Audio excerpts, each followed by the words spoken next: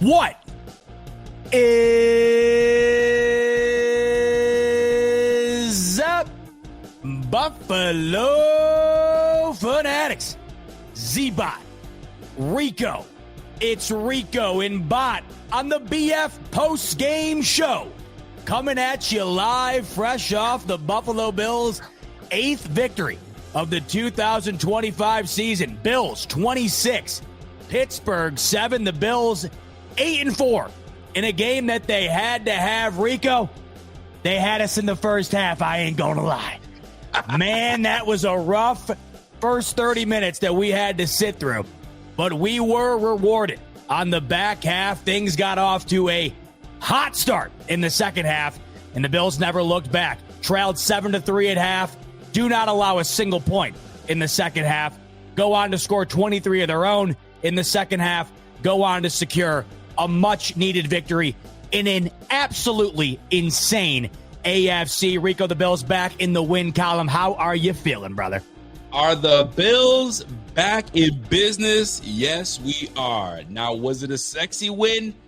No, but a win is what we wanted. We just wanted to get into Pittsburgh, leave with a W, minimize the amount of bodies falling to the floor, and get back to Buffalo so we can face Cincinnati Bengals. But for the most part,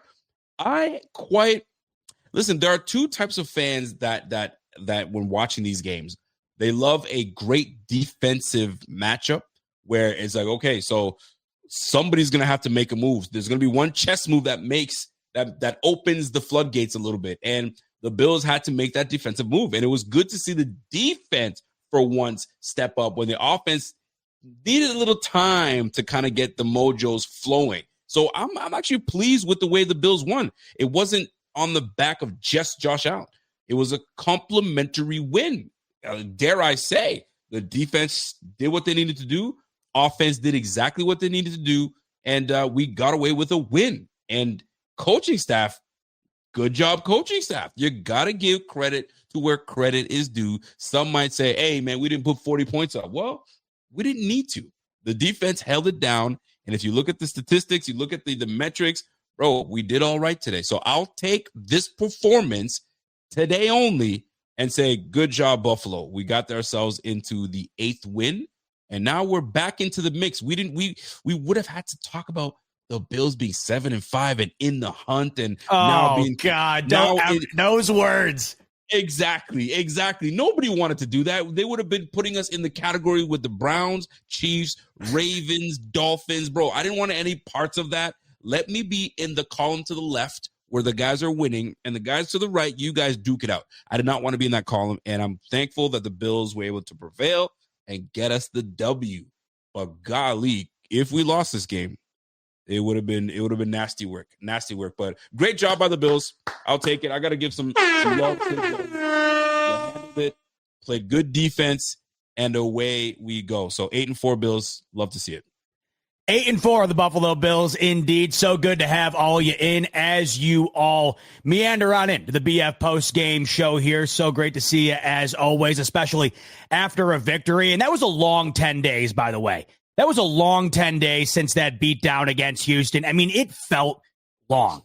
And yeah. I couldn't wait to see the Bills get back in action and try to avenge what we saw in that Thursday night football game where the Bills scored 3 points in the second half. Josh Allen gets sacked 8 times and in many ways still could have won the football game and didn't. And in this game, you're going up against a team that was, at the time at least, winning their division. If they had won that football game, they'd be back atop of the North. It's in Pittsburgh where they have played better this year than not. The Bills have not played particularly well on the road. 4 losses on the year. The Bills, 3 of them on the road, right? So you go into this one, and like many other times throughout the season here, Rico, what are the Bills going to prove to me after a spot in which they proved to me nothing, right? We've seen this time and time again this year. And there have been times where the Bills have answered that call. What are they going to show me? What are they going to prove coming off of that beatdown or that loss or that poor outing? We've seen them step up. They did not step up in the first half. In fact, it was the complete opposite. The Buffalo Bills were abysmal in the first half. 3 points scored. So by the time halftime rolled around, the Bills had scored 6 total points in their last 4 quarters of football. That's a full game's worth of football that this Bills team was able to muster 6 combined points in. You turn the ball over, Josh Allen with that bad pick. James Cook made himself fumble. I don't even know what happened there. He fumbled. Pittsburgh gets into the end zone. It's 7-3 at the half. The Bills had, I believe, doubled up the total yardage of Pittsburgh and were losing. And I got to be honest with you. Nothing about that first half told me that what we saw in the second half was going to be the reality. I mean, there was nothing about that first half that made me think that the second half was going to look like that. And this is where I'm impressed. Now, we'll talk about this game in totality, of course, throughout the episode. I will say right off the bat, this is no statement win for me. That Pittsburgh Steelers team is bad. That is a bad football team, and I think you saw that today. They couldn't do anything. I mean, you think the Bills offense has their struggles? Did you see what they put out on display? I mean, that was unwatchable. That was horrific. And that defense didn't come to play either for Pittsburgh. And you would have thought if they were going to have a game to show out, it would be in this game where you're missing Deion Dawkins and Spencer Brown. And to me right there, that's one of the main focal points that I want to touch on. And it's that the Bills won this game in dominant fashion. They bullied Pittsburgh in that back half of the game. They really did embarrass them, frankly, in that second half. The Bills would go on to rush for more yards, and I call it Heinz Field, sorry, just much like I call Highmark the Ralph. What is it, Acrisure, right. Whatever, Heinz Field. Whatever it is. The Bills just ran for the most yards an opponent has ever ran for against the Steelers in that stadium. They bullied them. They pushed them around. Even in the later stages of that game, where everyone on the planet knew the Bills were just going to keep running the football, they really couldn't stop them. You had Cam Hayward. I need to know what Josh Allen said to Cam Hayward. I don't want to know. I need to know. Because that man was livid the entire game, would not let it go, was all up in Allen's face the whole game, and Allen was like laughing at him throughout it. This was a chippy game, going at it, and the Bills won the physical battle. And I got to be honest, throughout the season here, it hasn't always been the case. The Bills' offensive line has been really damn good. We know this. And we know at times the Bills' D front has been good, especially when they were healthy. But I don't think we think of the Bills as this physically dominant team. And I think if we think of Pittsburgh, at least historically, that's how you view them. Today, the Buffalo Bills bullied the Pittsburgh Steelers, especially in the back half of this game. And the score wound up reflecting that. I mean, I look at Pittsburgh right now. That's a team that reflects exactly who they've been. They're good enough to beat the bottom feeders. They're good enough to get the winning record yet again from Mike Tomlin. Maybe they'll be good enough to back into the playoffs, depending on what Baltimore does. And if they look like they did on Thanksgiving, they can forget it. So maybe they'll back in, right? But that is not a very good football team. And for the Bills to have put the first half out on display in which they did, I thought it was an awful, awful, awful way to bounce back from that Houston Texans loss. So I could not be more thrilled at their ability to go into half, get it in gear in the second half, and really never look back. You mentioned it. Joey Bosa flipped the game on a dime. If Joey Bosa doesn't hit Aaron Rodgers, knock the football out, and have Benford take that to the house, the whole complexion of this football game could have been entirely different. That completely changed the game, Rico. The Bills had their foot on the gas the rest of the way, and they never let up. I mean, really, from that moment forward, the Bills destroyed Pittsburgh. Ugly first 30 minutes, Rico, but the back 30 really made up for it in this one. You're absolutely right, and I'm so glad you brought up this defense because the name of the game was the defense. If not for the defense, who knows how this game would have kind of dragged on? Because, I mean, Lord knows that first half was brutal. I was like, wait, who's going to come up here? Aaron Rodgers just looks old, tired, beat up, I think they would have had a better chance. I thought it would have had a better chance just going with Mason Rudolph. The younger, fresh legs, want to throw the ball downfield, and that's exactly what you got. But I'll tell you this much. The reason the defense was as I use the word dominant as loose as possible, but I use the word dominant was because of one player, in my opinion, alone. And that was the guy in the middle of that defense, Shaq Thompson. The addition of Shaq Thompson coming back in this game and holding it down, I think he's the better linebacker for this team at this juncture going forward and leaving him there. Because not only did he talk about how physical he wanted this team to be, but he wanted to take it personally to not allow these teams to run the football. They made sure that they kept these guys at bay. They didn't make a new star in Pittsburgh like they did to Sean Tucker. They kept these guys at bay, and Shaq Thompson deserves to stay in the middle of that defense for the rest of the season. I don't want to hear tickety-boo. If you want to rotate Bernard in, you rotate him with Matt Milano. That's how you do it. Let him nurse his elbow. Let Shaq Thompson lead the way, because this week alone, he said it, we have to take it personally to not let these guys run all over us. If we have to treat it as if they're trying to rob us, coming to our house and run amok at us. We have to make sure that they don't run it. And that's exactly what they did, keeping these Pittsburgh Steelers at 60 yards rushing. Now, Pittsburgh's not a great running team to begin with. They run the ball, I think, less than 100 yards per game. But we kept these boys at 58 yards rushing. That's a testament to the addition of Shaq Thompson. You must keep him in. And that's what got things started, right? By stopping the run and having to give Bills opportunities to get the ball back. We got these guys stopped 3 out of 9 times on third down. Love seeing it. So big kudos to the defense. You said it, right? If not for Joey Bosa coming in and handling business and getting that sack, forcing that fumble, Benford being opportunistic, taking that ball to the end zone, maybe we're going back and forth right now into third overtime. But the fact of the matter is this: defense made the proper stops. The run game did what they need to do. We'll get into the run game in just a little bit, but the defense did what they need to do. Side note, I don't know if you saw this, but hamstring Joey Bosa. So I did. Before we went live, I saw a message come into our group chat, and all it said was Snydoc, and it said, "I have good news." So I don't know if you can check that if you got your phone. But you know my phone's the webcam, which that's like the double-edged sword. Right. I can't check, but I think he might have had an update on us there. I'm hoping he's fine, because Joey Bosa really flipped the game. I mean, he allowed the Buffalo Bills to take this game to another level. If that play doesn't happen to begin the half, I don't know if this one ends up going the way it does. I still think the Bills win. Pittsburgh was terrible today. But, you're nailing it. I think it was a mix of two things. The Bills' defense really stepped up. Unlike the offense, the Bills' defense played pretty much a full 60 minutes of really good football. Couple of little moments, but really anything that stands out, not really. The only time Pittsburgh scored was when James Cook fumbled the football in plus territory. They already were set up, and they took advantage of it. But I'm looking at Pittsburgh, and once again, I don't view them to be a team that is awfully imposing in terms of a team I look at to be towards the top of the league. But 5 of their last 6 games, Rico, they've scored 25-plus points.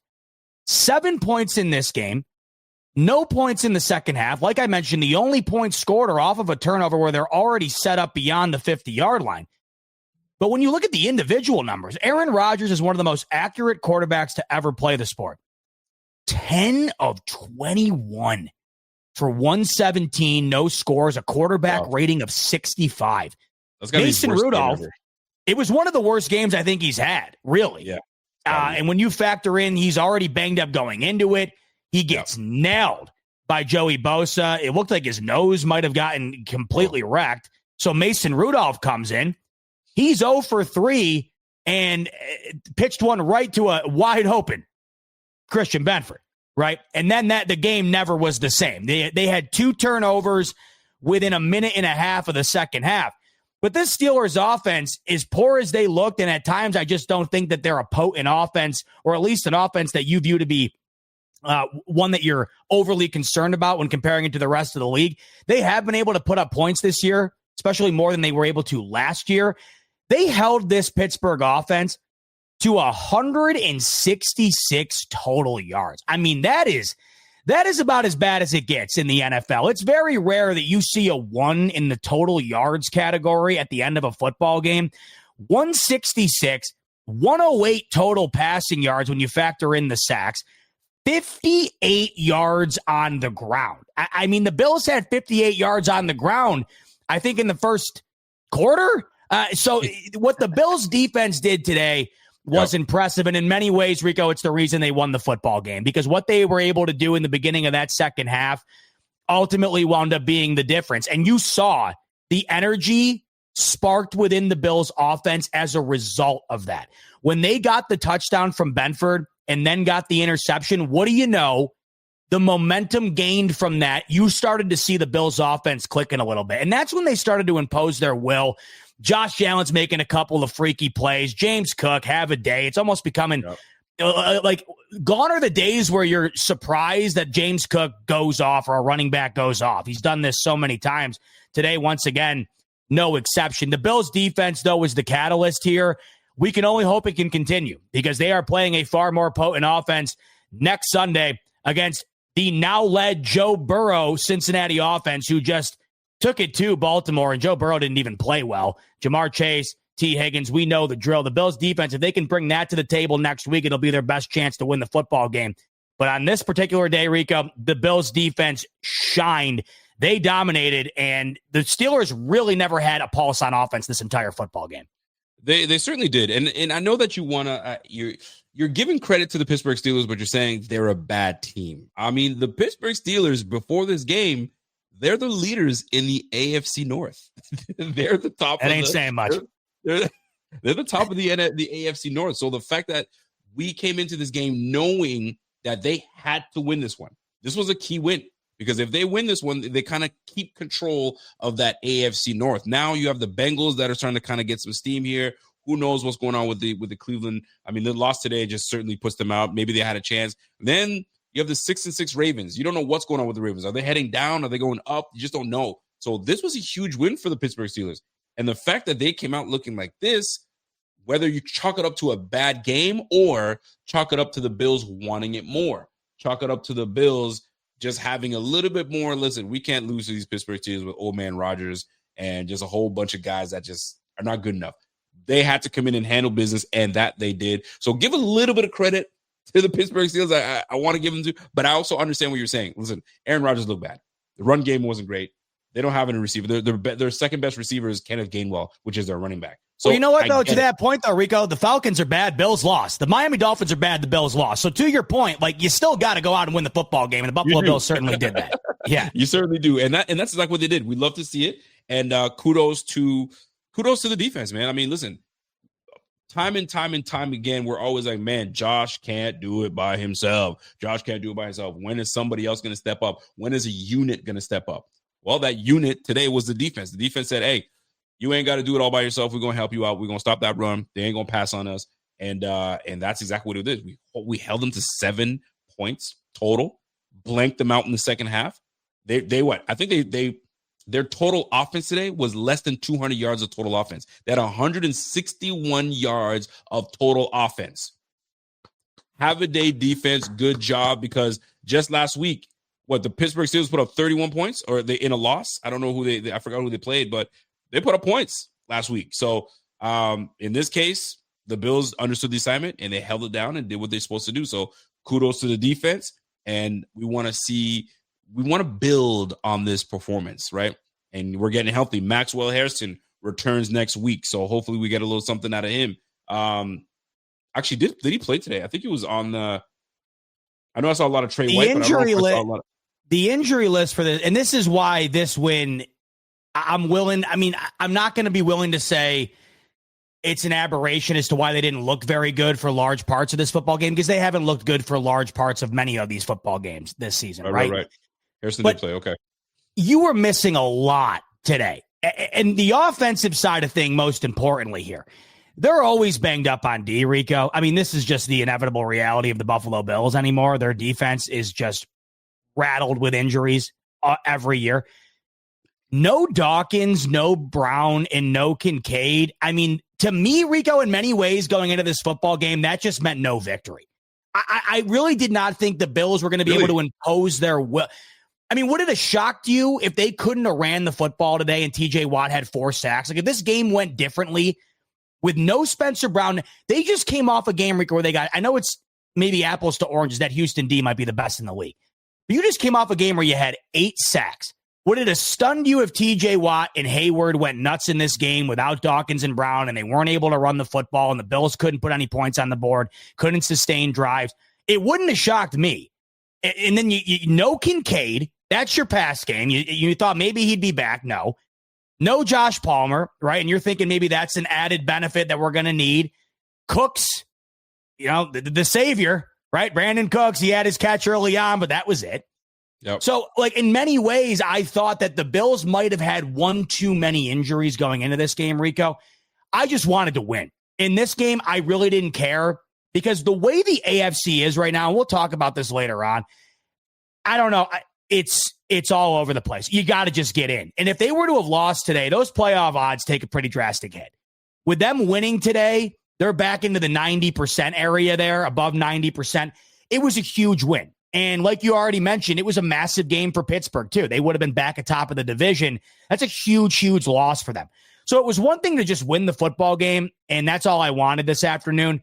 The ability to do it the way that they did without the guys that are pivotal. Is there anyone more pivotal to this team outside of James Cook and Josh Allen than Spencer Brown and Deion Dawkins? Like, I don't think so. And to go in there and run for as many yards as anyone has ever ran for in that stadium, I mean, that would not have been what I would have guessed going into this. So I got to give them credit for as banged up as they were to go into Pittsburgh, not an easy place to play, whipping wind, coming off of a loss against a team who you would imagine to be as hungry as they are. They have not played well on the road. To go in and do what they did, Rico, that second half left me impressed. There was many aspects of this game that were not very impressive, but I don't really care if they're like, at this point of the year, you got to win. I'm looking across the AFC. There isn't a single team that is overly impressing me right now. It does not stun me when any of these teams lose because they all have their flaws, including the Buffalo Bills. Get into the damn playoffs. Bills did a hell of a job today making sure that's going to end up becoming a reality in a month and a half here. You know what? Let me piggyback off of that because I think there should be given more love to backup tackles Alec Anderson and Mr. Ryan Vandermark. So in the week, talking to my man Carl Jones, and we were speculating on what was going to happen, and he kind of had an idea what was going to take place, and I was trying to guess. Is it going to be Chris Lund? Is it going to be Tylen Grable coming back? Who is it going to be? Alec Anderson ended up getting the start at right tackle. What a tough task. A guy that hasn't played tackle since college days. He comes in to go up against, of all people, TJ Watt. What a tall task. And you can tell his jitters were up a little bit. This guy, 3 false starts. And in those 3 false starts, twice, that kind of threw the whole offense off of what we're going to do. Okay, now we're third and long, super long. So once we kind of got our act together and these guys got warmed up, boy, did they handle business. Not once did they allow Josh Allen to get sacked. Not once. Josh Allen threw 23 times. It wasn't like Josh threw 11 times. He threw 23 times, and not once did they allow that brother to get sacked. Kudos to both Ryan Vandermark and Alec Anderson because that duo allowed this rushing offense to run the ball 51 times.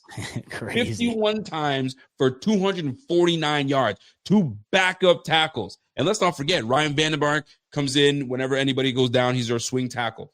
Alec Anderson was a guy that came in. Anytime we need to go in jumbo formation, I'm coming in and we're running the football. Jackson Hawes coming in has done great things, but kudos to those 2 tackles that said, you know what? I do not want to be the liability. I want to be an asset to this team. And boy, did they freaking show up and allow this team to run 51 attempts for 249 yards.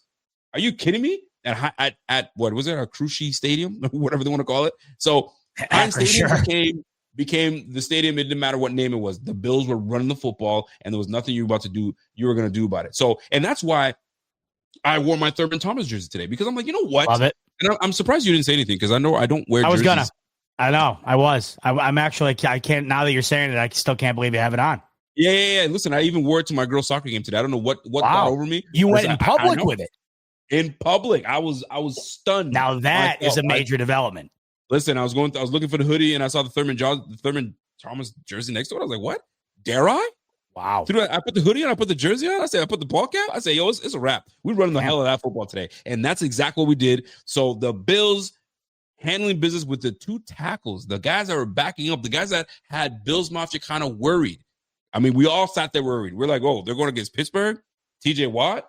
I don't know if I like this. Boy, did they ever tell you to be quiet, let us handle business, and let's run the freaking football down their throats. So big shout out to those 2 young tackles, and they came through and made Josh look good.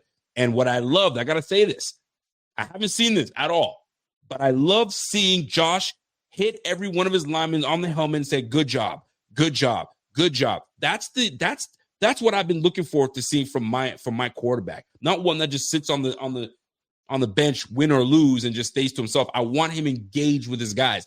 Not that he's not, but that public engagement that you see, bro, is nice. It's nice to see. So it was great to see these guys, the bookend tackles. I call them bookends because those are the two that was handling business. They held it down. They allowed the Bills to control the clock. Boy, did they ever. Did you see the time of possession yet? Yeah, unbelievable. I mean, in every facet of the football game, they dominated. The only thing you were worried about is if the turnover differential, right? That was what the big issue was going to be, because they were dominating them really in the first half, but they couldn't score, and they were turning the football over. But a 42-minute to 18-minute time of possession, Rico, that's unheard of. I mean, that's crazy. Unheard of. This was an ass kicking. I mean, it really, really was. It was ugly. The Bills did not play well offensively in the first half, and then they go off sides right before the half, so that left that terrible taste in your mouth. You know, this was an ass kicking. It really was. I mean, you go up and down. The only thing you were worried about was were the Bills going to get in their own way by turning the football over twice early in the football game, and was that going to be how they were going to lose? And they didn't let it affect them. They go out in the second half, and they get those 2 turnovers right back. And in many ways, I feel like that ended up being exactly what they needed. They erased those two turnovers from the first half, and they really went off in the second half. So what they were able to do in that second half, though, I got to be honest, Rico, I was shocked to see it. Just in the first half, it just did not feel like the life was there. This is what concerns me about this team sometimes. They just look so flat. They just look lifeless at times. You mentioned it. Josh Allen, towards the end of this one, he was jazzed up. I don't know what happened between him and Cameron Hayward, but I think that juiced him up to some degree. I don't know what the hell happened there. James Cook, you never know whether he's thrilled or pissed, but it didn't matter because he was running like he was pissed. He was incredible.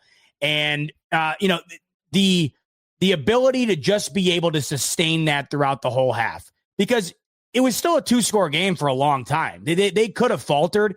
And right when Pittsburgh was making their way down the field, Rico, to potentially make that a 1-score game, a touchdown and a 2-point conversion would have made the game a 1-score game at one point. 4th down within the 10-yard line. Steelers stacked the box. They got every big guy on their team out there. Bills blew that up at the line of scrimmage, destroyed them. They couldn't run. They couldn't throw. They couldn't do anything. And I just thought the ability to mitigate the impact of Pittsburgh's D in this one, they haven't had a great year. They're the highest paid defense in the NFL, and they more often than not do not look like that. They should be way better for the amount of money invested into it. They have been a bit better as of late. And I would just think, as susceptible as this Bills offense has been, turning the ball over, which they did do again today, so you can't rule that out, but getting sacked infinitely more than last year, and now you take out Dawkins and Spencer Brown. I just thought it was set up today for them to kind of feast. And Rico, I mean, they did the complete opposite. They starved to death in this game. The Bills dismantled them in, like I said earlier, in quite an embarrassing fashion.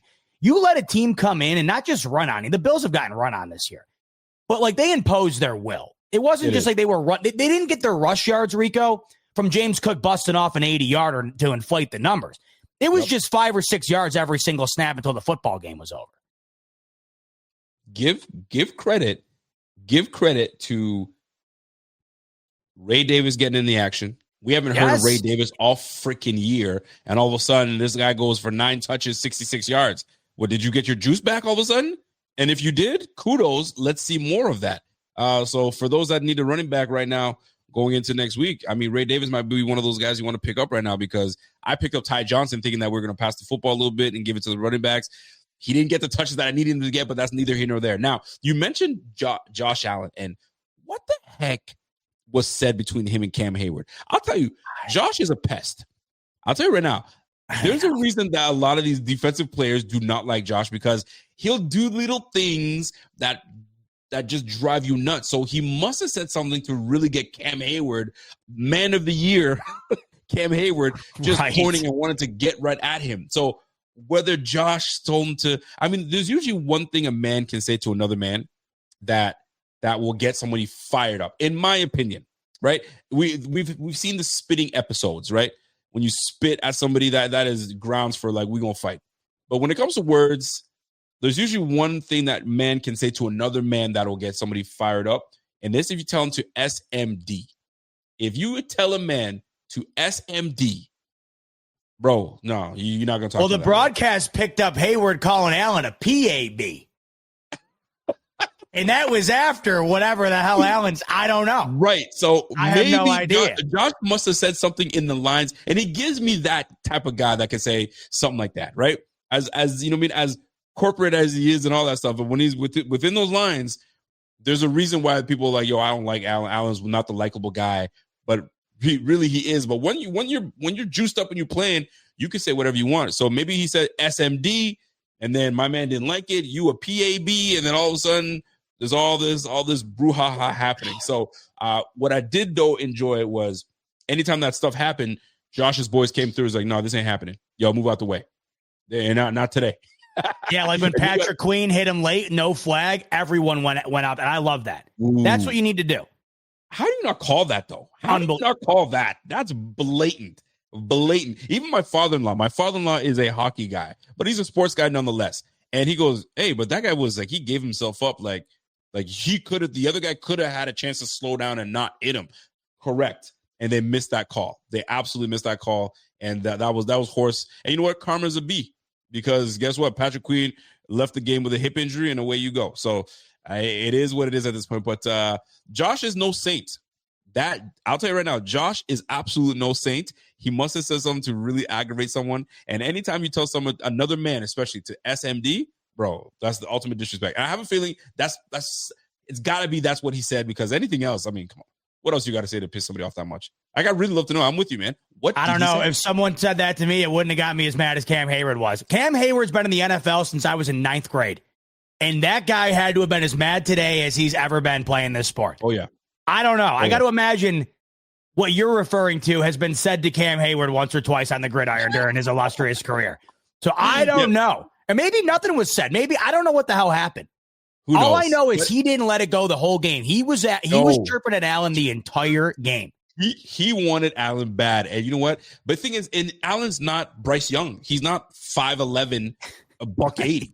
You know what I'm saying? Yo, I'm in your face. I'm 6'4", 6'5", 240, fam. Like, what are we doing here? And that's why, Rico, when they scored that final touchdown and they just shoved him into the end zone, I'm like, oh. Like, for Hayward to be yelling at him all game, then for them to just bulldoze that him in, Allen screaming after, I'm like, listen, because, you know, Romo said on the broadcast, and I thought it was funny. Romo's like, you don't want to piss Cam Hayward off. And Jim Nantz was like, yeah, you don't really want to piss Josh Allen off either.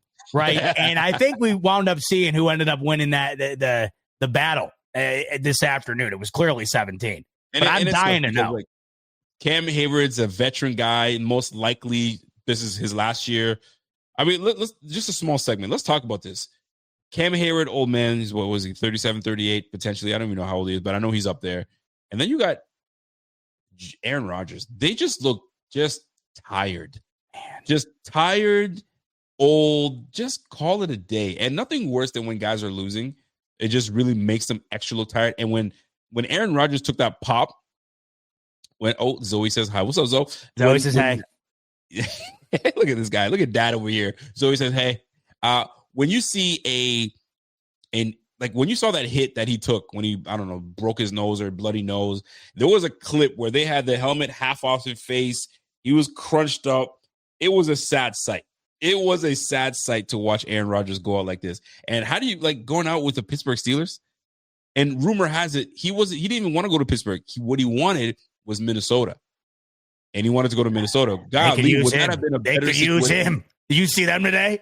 Oh my God. For a minute, I honestly thought that there was going to be a meme going around. Josh Allen / JJ McCarthy merged those two suckers together. I'm thankful that did not happen. We got another week that it doesn't happen. So, but yeah, man, those two boys look cute, look old, but kudos to the defense. The defense came through. Love to see it. Rodgers, if he can't get rid of the ball instantly, you almost feel bad. Like it looks like a 40-some-year-old man back there. When Joey Bosa hit him, like you were like, oh Lord, dude, he's an old guy standing there.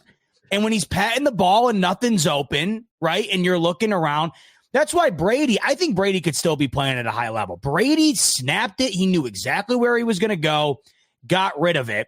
And, throughout Aaron Rodgers' career, he's been great at that. But the one thing Rodgers was really good at, way more than Brady, Rodgers was really good at navigating the pocket. He was very nimble. He was very good at looking a lot. He was a lot more athletic than you would have given him credit for. That, of course, is gone. He's also banged up, and you're watching him back there, and he looks his age. And I think I don't want to say it's sad. The guy had a great career, and I give him credit for continuing it and wanting to still play. But it's moments like today where you see him standing there in the backfield there where you're like, this has got to be it. This has to be the end of the road this season. Because it's moments where you're in the backfield and nothing's open where, it's the NFL. Like, you got Joey Bosa coming around. You got guys coming after you. You're a 40-year-old man standing there like a statue, and it's just, it's tough to watch. It is certainly tough to watch, but you know what's not tough to watch? There's a clip of Cam Hayward explaining his beef with Josh Allen, and let me play it for you right now. Thank you to 10K Drippy. My man Drippy was like, yo, go look, the video is up. So let me share my screen to allow us to see if there's anything that he reveals that we just don't know about. Please. So let's have a listen here. Josh Allen, it seemed a little bit of frustration early on. Can you talk about it, or being kneed in my stomach? Just jawing back and forth, and then ticked off the entire game because as a quarterback they're protected, but I'm not. Just pisses me off. You saying he need you or someone else? That's exactly what I'm saying. Did you cross the line throughout the game, or was it? That was that one incident. Was that on purpose by him? Yes. He said after, I had to do something to get you off of me. Kim, how do you put into words the frustration, the emotions that you feel individually in this locker room? He's pissed. Still. Individually, I'm just concerned about this team. All right. I'm going to have to go back and watch. I never saw that. And it doesn't matter. It doesn't matter. You got 300 pounds of weight plus all these other guys on top of you, and you laying on me? Get off me, kid. And if I have to kind of give you a knee to get off me, I'm going to give you a knee to get off me. Like, I'm the franchise quarterback, and you sitting here putting all your weight on me. I'm going to kick you off of me, yes. And you mad at that? Yo, and the worst part is, did he do it on purpose? Yes, he did. Yes, he did. Oh, you crybaby. That's why. Listen, I'm not even mad. I'm not even mad no more. Bro, if you going to put all your weight on me after I get tackled or whatever the case is, and you mad at me all game long because I need you in your tummy, boy, if you don't get your ass out of here, I ain't trying to eat all that. Yeah, get out of here. How about to add to the sound bites? TJ Watt was asked about the Bills' rushing dominance. Watt goes, quote, "I've never seen a team run the same play that much and have that kind of success." So this was a bullying, man. This was a bullying. It really, really was. I don't know. I to the Cam Hayward point, I went back and watched that play. I was looking to see, because I didn't see Allen get in his face and say something, and I kept thinking to myself, what could he have said to have him that mad? And then I'm like, did he do something to him? And I didn't see anything. I mean, I doubt he's lying, but I don't think it was the way. I don't know. He kicked me in my tummy. That's what he did. My tummy hurts now. I'm going to be mad all game. Boy, if you don't, you're a grown-ass man, boy. There's been worse done to you in games.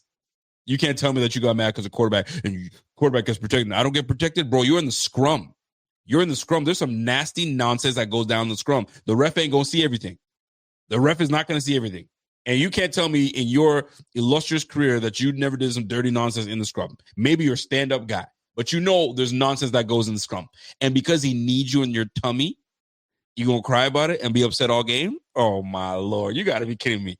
I mean, listen. But Allen was asked about this. Oh? He said, Dan Feeds tweeted it out. He said, Allen was asked, you and Cam Hayward seem to have been having a lot of exchanges. Did that get you going in the second half? Allen goes, Maybe a little bit. He's a petty mother effer, I'll tell you. But he didn't say what, did he? He didn't say the back and forth of what it was, did he? Or any well, you nailed it. Like, Allen's like a grade A guy off the field. Everyone knows this. I wouldn't want to play against him. I would hate him if I had to play against him. There's a reason why everyone seems to share the same sentiment about him. Highest trash talking guy. Like, he is no saint on the field. That is for damn sure. And I don't blame these guys. You know, I would hate to play against him because not only is he a jar, right? But who backs it up more than him? I mean, you're one of the best players in the whole league. So it's even more frustrating. Like, it's one thing when the guy's talking, Rico, and it's, you know, it's whoever, just a guy. But when you are the guy and you're talking, right, and you can back that up and it can get you going even more, like, that's frustrating. That's frustrating to go against. It certainly is frustrating. It doesn't change. It's just, that's just what he is, man. Until he retires, he's going to frustrate a lot of people, and you're going to have to just deal with it. You're going to have to deal with it, folks. 17 is going to piss you off. But he's doing it breaking records. That's the best. That's the best part about this.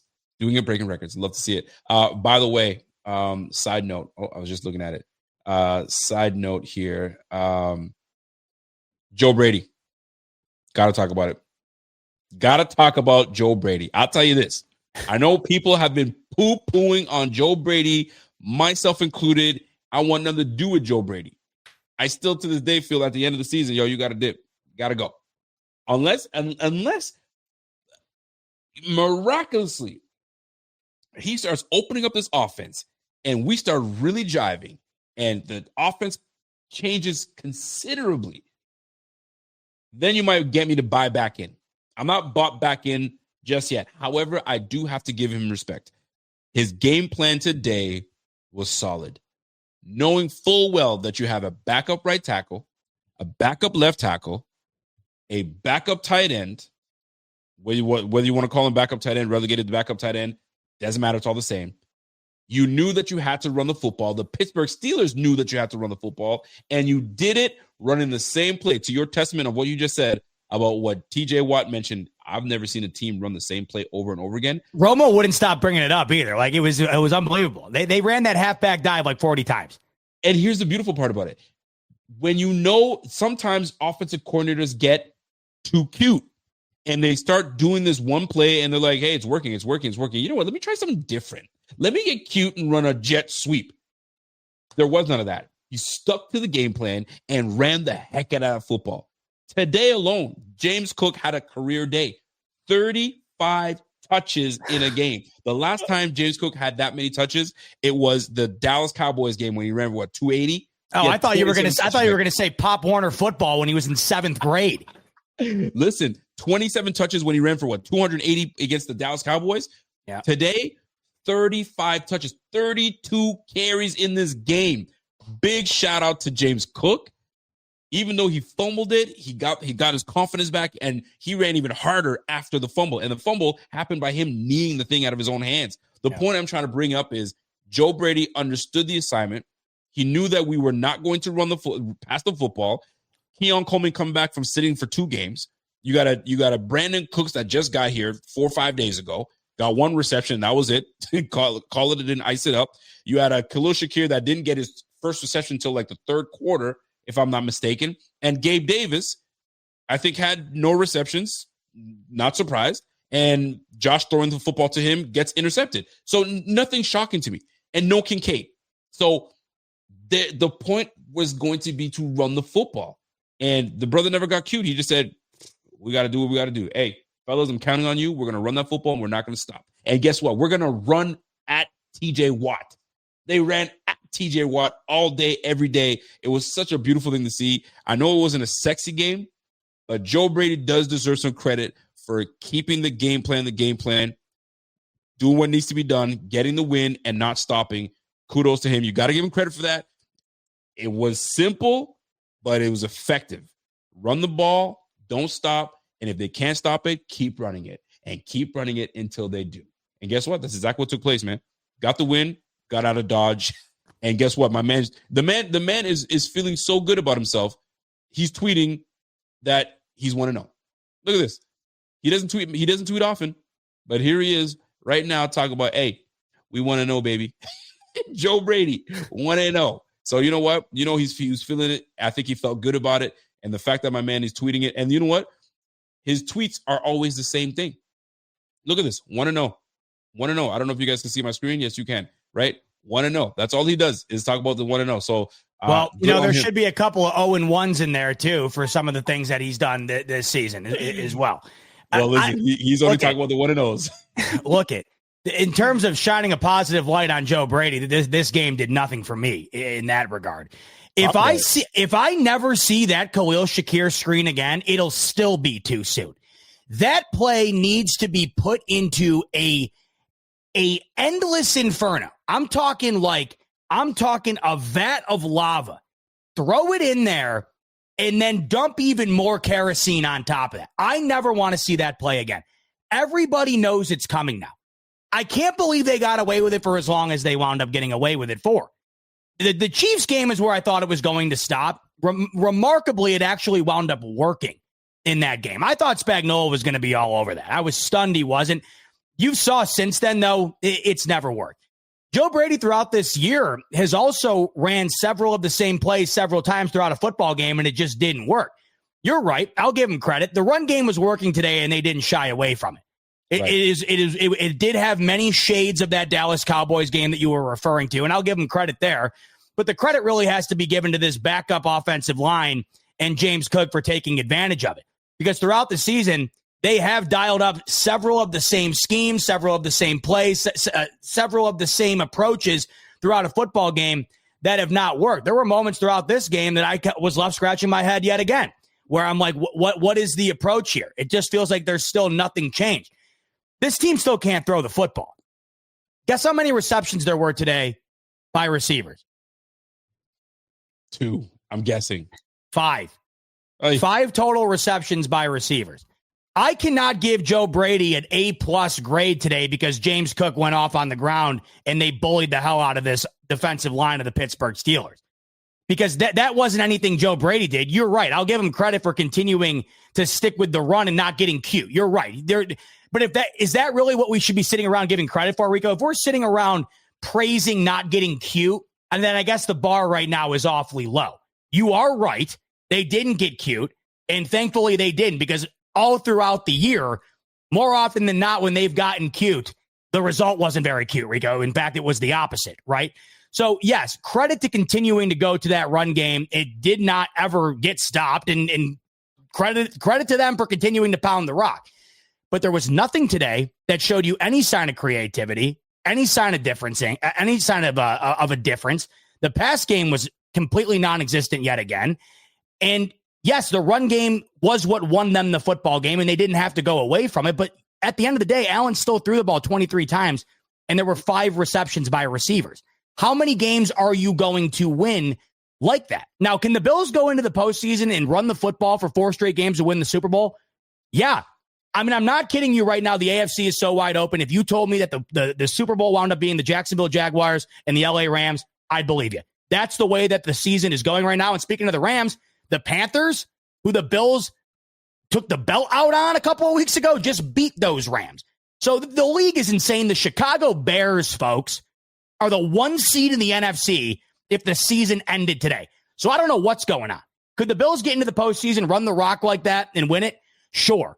But there's still no semblance of a pass game. And today there was nothing done by Joe Brady that I sat there and said, hey, Joe Brady took advantage of those last 10 days off and they got cooking. They just were able to run the football exceptionally well today, Rico.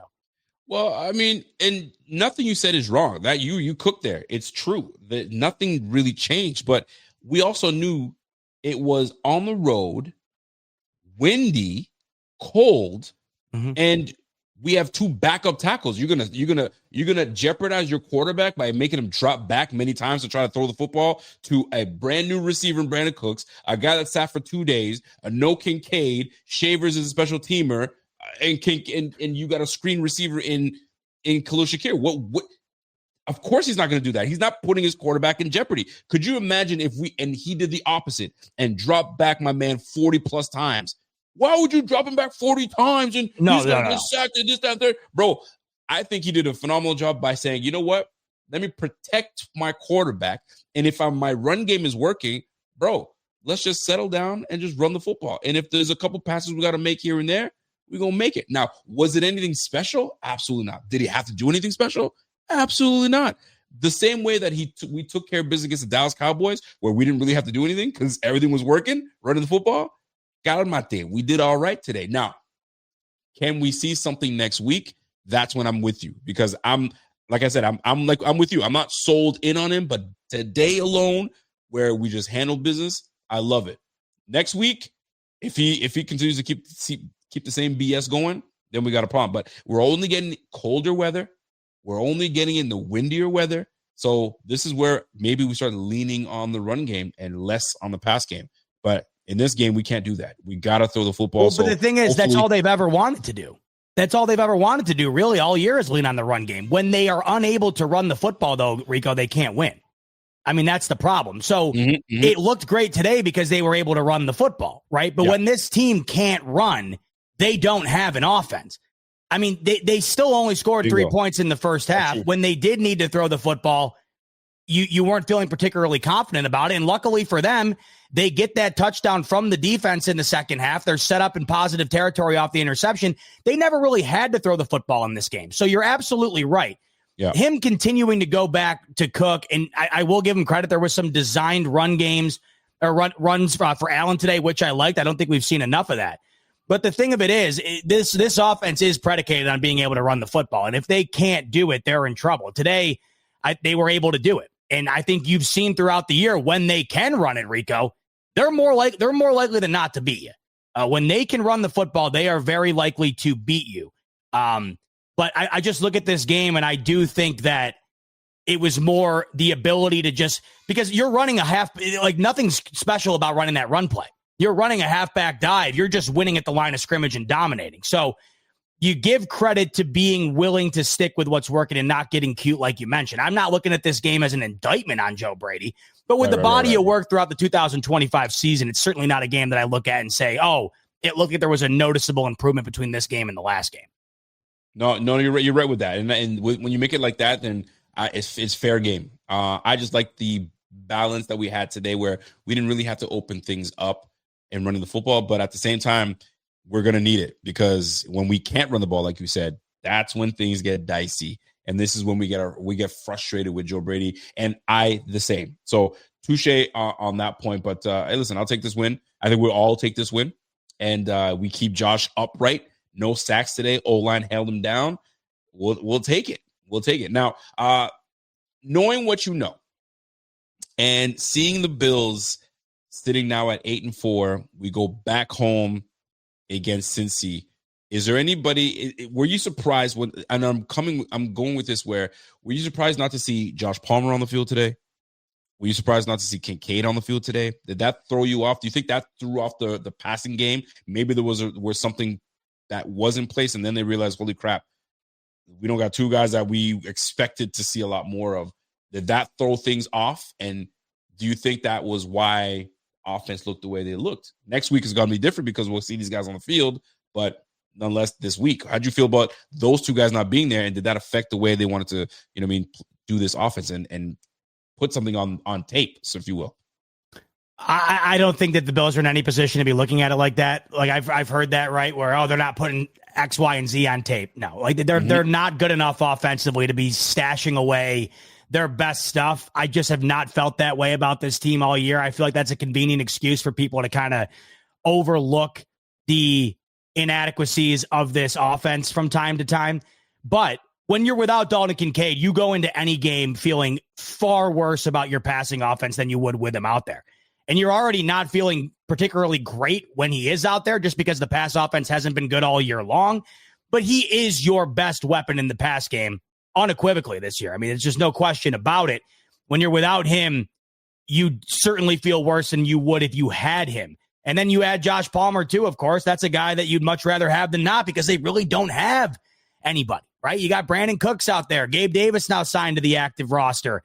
You had to take Keon Coleman and put him back in there, right? So there's nothing about this pass offense right now, Rico, that you really do feel great about other than Josh Allen going out there and having an unbelievable game?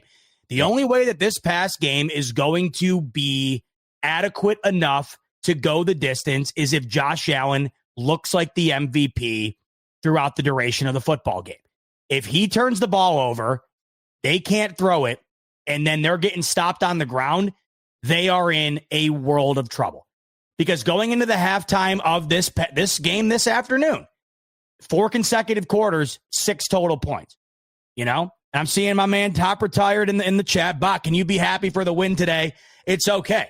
No, I'm thrilled with the win. A loss today would have been massively detrimental to this football team. Facts. But I do not watch that game and think that the Bills' offensive woes have been solved because they went out there and pounded the rock the way they did against Pittsburgh. I've seen them pound the rock throughout the year here. I've also seen games, though, where they go out and they're not able to run the football and they have nothing else.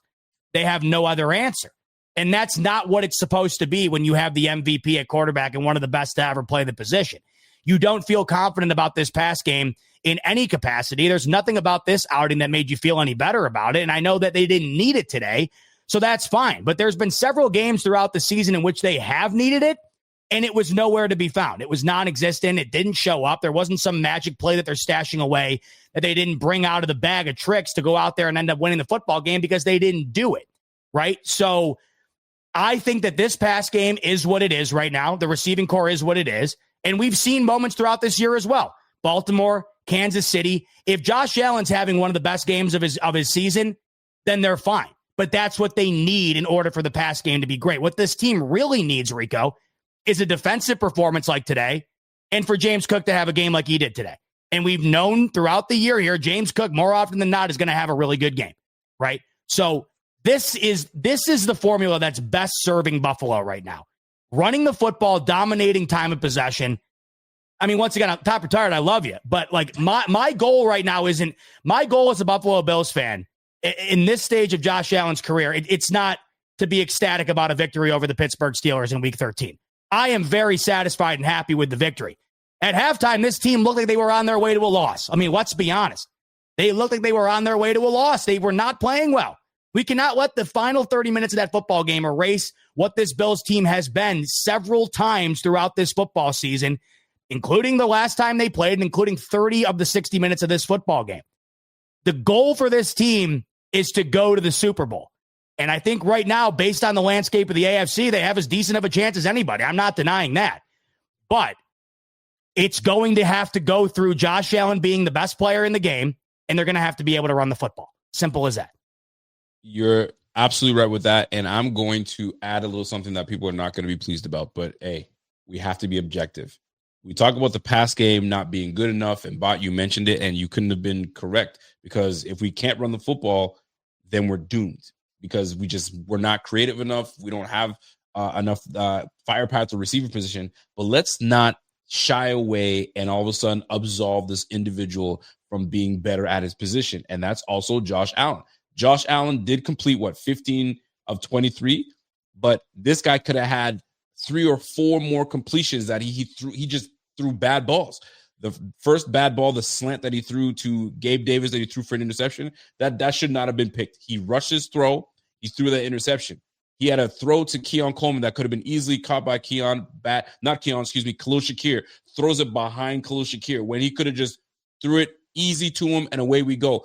One to Keon Coleman, I think it was a slant to Keon, whips it right into Keon the way you didn't have to. There were certain things that Josh Allen could have done a lot better to put himself and his offense in a better situation, passing the football. But that there were some bad throws from him, which then obviously contributes to some of the woes that we had in the passing game. So although the passing game is not as strong as it once was, obviously you can attribute that to the receivers not being, on it.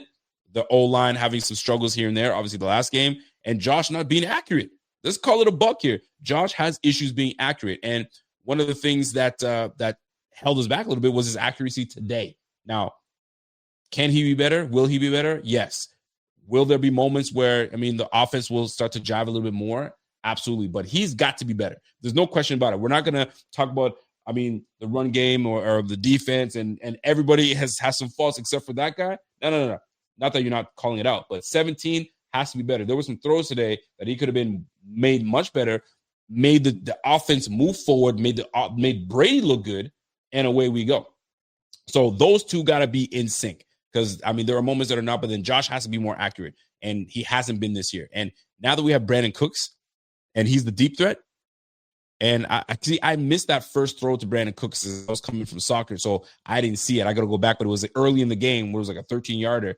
But once we start going deep, we're going to have to see the accuracy get a little better from our guy, Josh, right? There was two easy touchdowns he could have had to Keon. One of them was an easy one. It was an improvisation, pump fake, threw it in there, boom. He could have had another one to Keon, but a little bit of inaccuracy and the drop. But he can be better. But we're not gonna just poo-poo on him and poop on the rest of the team and not, put him involved in that. But I do want to switch it to now where we can get to good news, because now Josh Allen, the same guy that we talk about couldn't be accurate in passing, boy, can he run the football.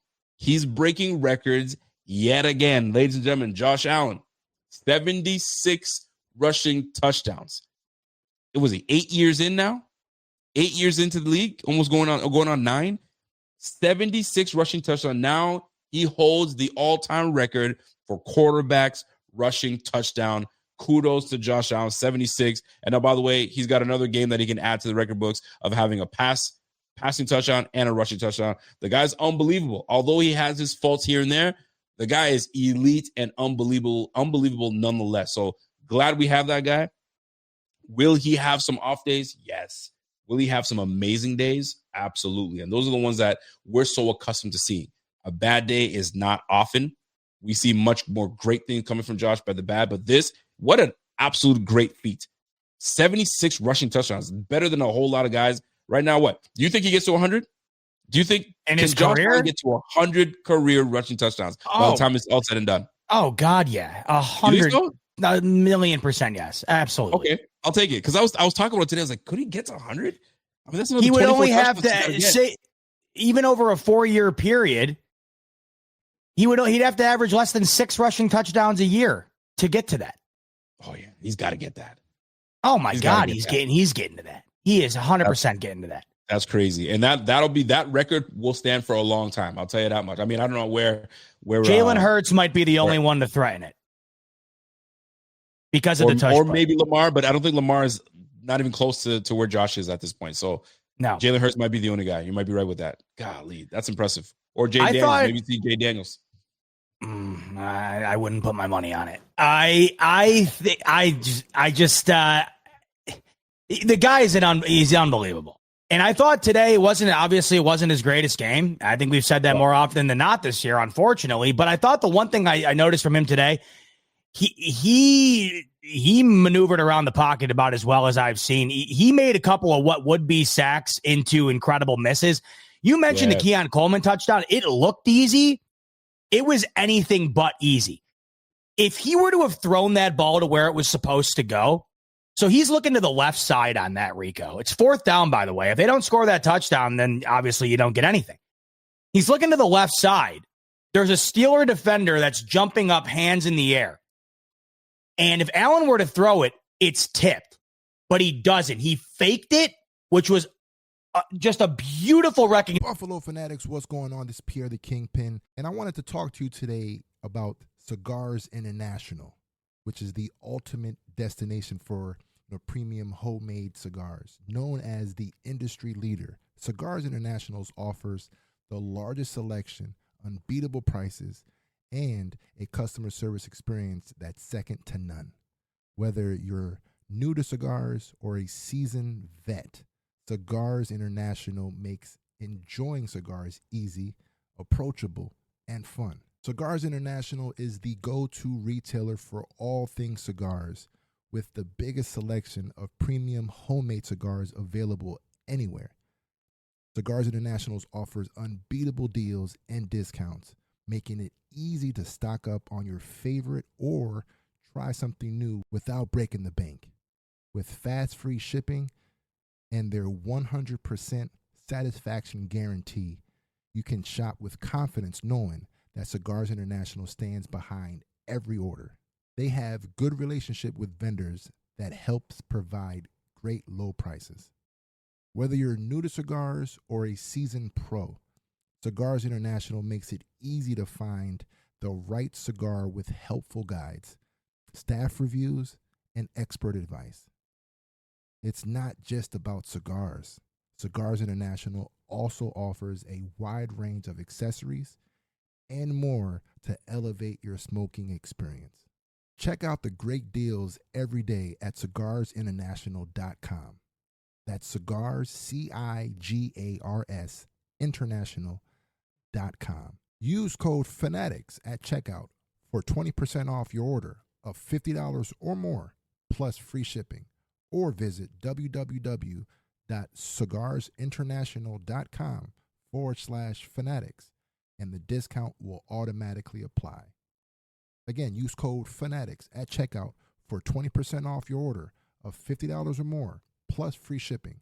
Or visit www.cigarsinternational.com/fanatics, and the discount will automatically apply. By him. Goes back, steps up, and finds Keon. It was an incredible play. It's a dump-off touchdown, a couple yards. I don't think anybody's going to look much into it, but it was a really, really solid play that not everybody in the league's making. It was an incredibly savvy football play. And I thought the ability to shake out of some sacks today was pretty impressive. I thought that he was able to get guys off of them better than we've seen recently. It wasn't his greatest game, but it didn't need to be today. And I thought in the moments where they did need him to be good, or they needed him to be big, I thought he stepped up today in those areas. Especially like you said, with the physicality and the movement. And give credit to Joe Brady for giving him the opportunity to run a couple of designs. I just don't think they do it enough, and I hope we'll see it more down the stretch here. I think we typically do see that more down the stretch. They like to preserve it a bit. But I just thought the ability to kind of shake and bake in the backfield today against a couple of really stout players on that D line, I thought that was the one thing from his game that stood out today. And that Coleman touchdown definitely stood out to me because I just didn't think it was as easy as met the eye, and it had a lot to do with Josh Allen being able to make the right play. And we've seen at times this year, like I didn't even realize this. I don't know if you saw in that Houston game when the ball got tipped, what's his face, who went nuts against the Bills on the D line there for Houston. Anderson. Yep. So it was either Ty Johnson or Ray Davis that was wide open on the right side, and he jumped up and tipped it. I didn't realize until I watched the All-22 on that. Not only was it a guaranteed first down, it might have been a touchdown. And, of course, they would go on to not get the first down. The ball game was over. Ball got tipped. This could have happened on that fourth down here. Allen faked it, got it to Coleman. I loved it. So just little stuff like that you love to see because it adds up. No, you're not wrong. You're bang on that. And that pump fake was amazing. Boom, got the man in the air, got in there, and he whipped that thing in there hard. So that's the thing, man. You take and we've known this for ages now. You take the great with the sometimes bad from Allen. And I'll take the great because this guy makes constantly great plays. Speaking of great, I've been saying this for and you guys have heard me document and say this the last 3 weeks now, that somebody needs to step up in this locker room and be vocal. There needs to be a players only meeting or something of that nature where they gather either the offense or defense, or somebody steps up and says something. And Sean McDermott spoke on something today that I'm so happy to hear. And if somebody's going to do it, this would obviously be the guy that just joined the team and is the one doing the talking. And that was Shaq Thompson. Apparently Shaq Thompson had a few words for the team. And this is Sean McDermott speaking on that. Let me share my screen so you guys can see it and you guys can hear for yourselves. Listen to this. What's he done to fit in so well into this defense? Yeah, well, he knows the defense coming from Carolina. He's a dog. He plays with an edge. He leads with his voice. Did a great job leading the team this week. Spoke to the team. I think it was Friday, I believe it was, and stood right up there and challenged them. And that's what leadership is right there. There's a couple different ways to lead. That's one of them. This is the type of crap I love. This is what I've been asking for. Somebody say something. step up. We can't just all just lean on our individual talents and just silently do your jobs and call it a day. No, sometimes you need someone that says, hey, everybody gather up. So now everybody's like, oh, what's going on? Who's talking? Shaq Thompson, the guy that came in after 1 year as a free agent, he sat down silently as a backup, and now that he's getting on the field, he's getting more playing time, and he's looking good. Bro, he better not relinquish that position. I really mean it. But the fact is this. He came in and says, yo, we need to step up. We need to show up. And you heard McDermott call him yourself. We need some dogs, and he's a dog. Bro, we need to get more dogs on this team, man. We don't got enough. You have the one older free agent being the dog that says, yo, everybody gather up, let's talk. Bro, this gives me so much joy, and I hope that this permeates into guys like Dion. It permeates into guys like Josh Allen. Permeates into a guy like Brandon Cooks that just joined the team, a 12-year vet. We need guys. Some of those things are the things that make the difference on these franchises that make you just a playoff team or a championship team. And this guy coming in and doing those things makes me absolutely pleased. So big shout out to Shaq Thompson. They better not put this guy back on the bench. He deserves to stay as a starter, and then we'll deal with when Bernard comes back. So big shout out. Love to see it. Your thoughts when you hear 1 year guy comes in and starts talking and galvanizing and get the team together. Does that make you feel like, all right, we got something here? Or that's his job. He's a professional. You shouldn't be swayed by that. What are your thoughts? Well, I certainly think it's part of his job, and that's what I like about signings like this. And when he was brought in, he had nothing but glowing things to say about Sean McDermott. He said it was noticeable, the culture that he's built within Buffalo. He seemed really privileged to be a part of it. I'm glad to see him doing well. I mean, this is a guy you come from that organization in Carolina, and obviously haven't had much success. I think when you're somebody like him, you're somebody like Bosa or really any of these guys, Jordan Poyer coming from Miami, right? I think you understand the opportunity you have here. Obviously, this season hasn't been as great as we were all hoping, but they are still 8-4, and whatever they want to accomplish, and we all want them to accomplish, is still on the table, right? At the end of the day, 1 seed or 7 seed, you got to get in. They're paving the path towards doing that. Easier said than done in Miami, right, Rico? Easier said than done in Carolina. I think these guys understand the opportunity at hand. And I think that's why it might mean a little bit more to him, right? I think when maybe you're, not to say it doesn't mean something to everybody, but when you're drafted into success and every year it's a winning season and every year you're going to the playoffs, I think you can't have the fire within you that those who have had no success now find themselves in when they go to a team that is set up for success. I think that you just probably wanted a bit more because you know what it's like to not succeed. You know what it's like to be on the outside looking in time after time after time, right? So I'm stoked for Shaq. I love when they brought him in because it felt like he was a McDermott guy.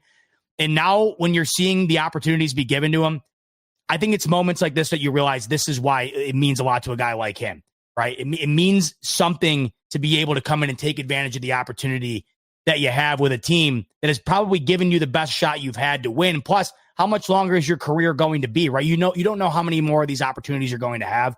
Love seeing it get capitalized on. No, you banged it. You banged that one, man. It's nice to see, and you hope that this is like a fresh start. We always talk about how this team, we come the month of December, this is when they turn things around, and this is when we start to see the real Bills show up, and this is when real football starts. So everything you just said there, we hope that from that point forward, that's what you start seeing going forward, like that type of energy and execution at the end of the day. So that's what we're hoping for. So like Brady tweeted, 1-0. We're 1-0, and that's the 1-0 that I'll absolutely gladly take.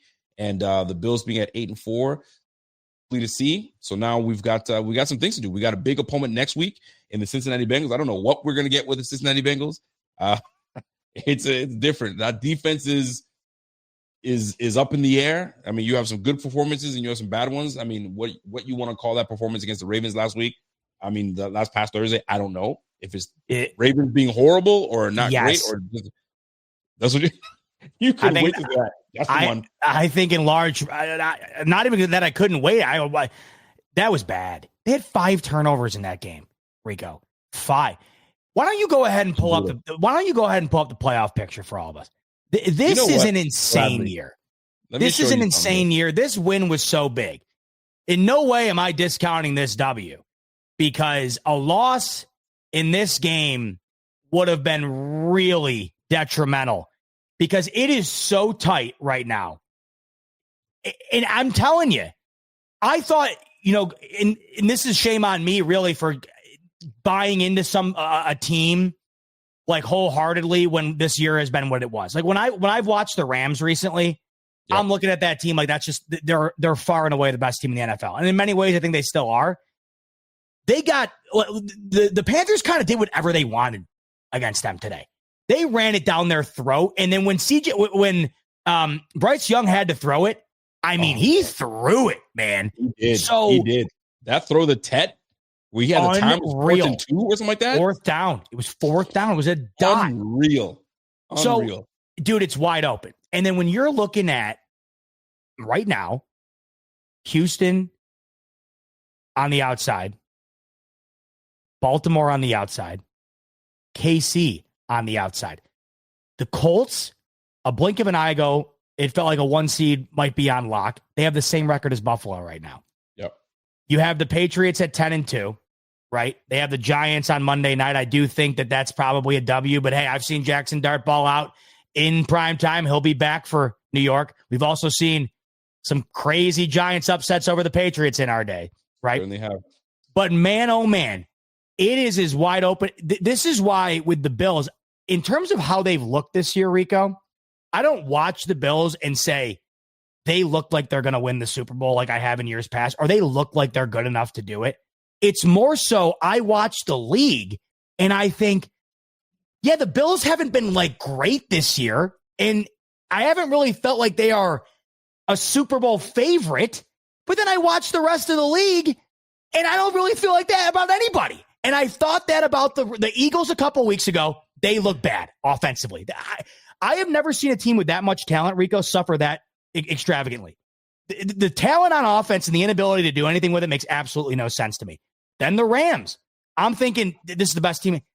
The Panthers ran the ball down their throat today. Bryce Young. The Bills beat that same team 40-9, right? So the way I look at it, like the Bills just got to get in.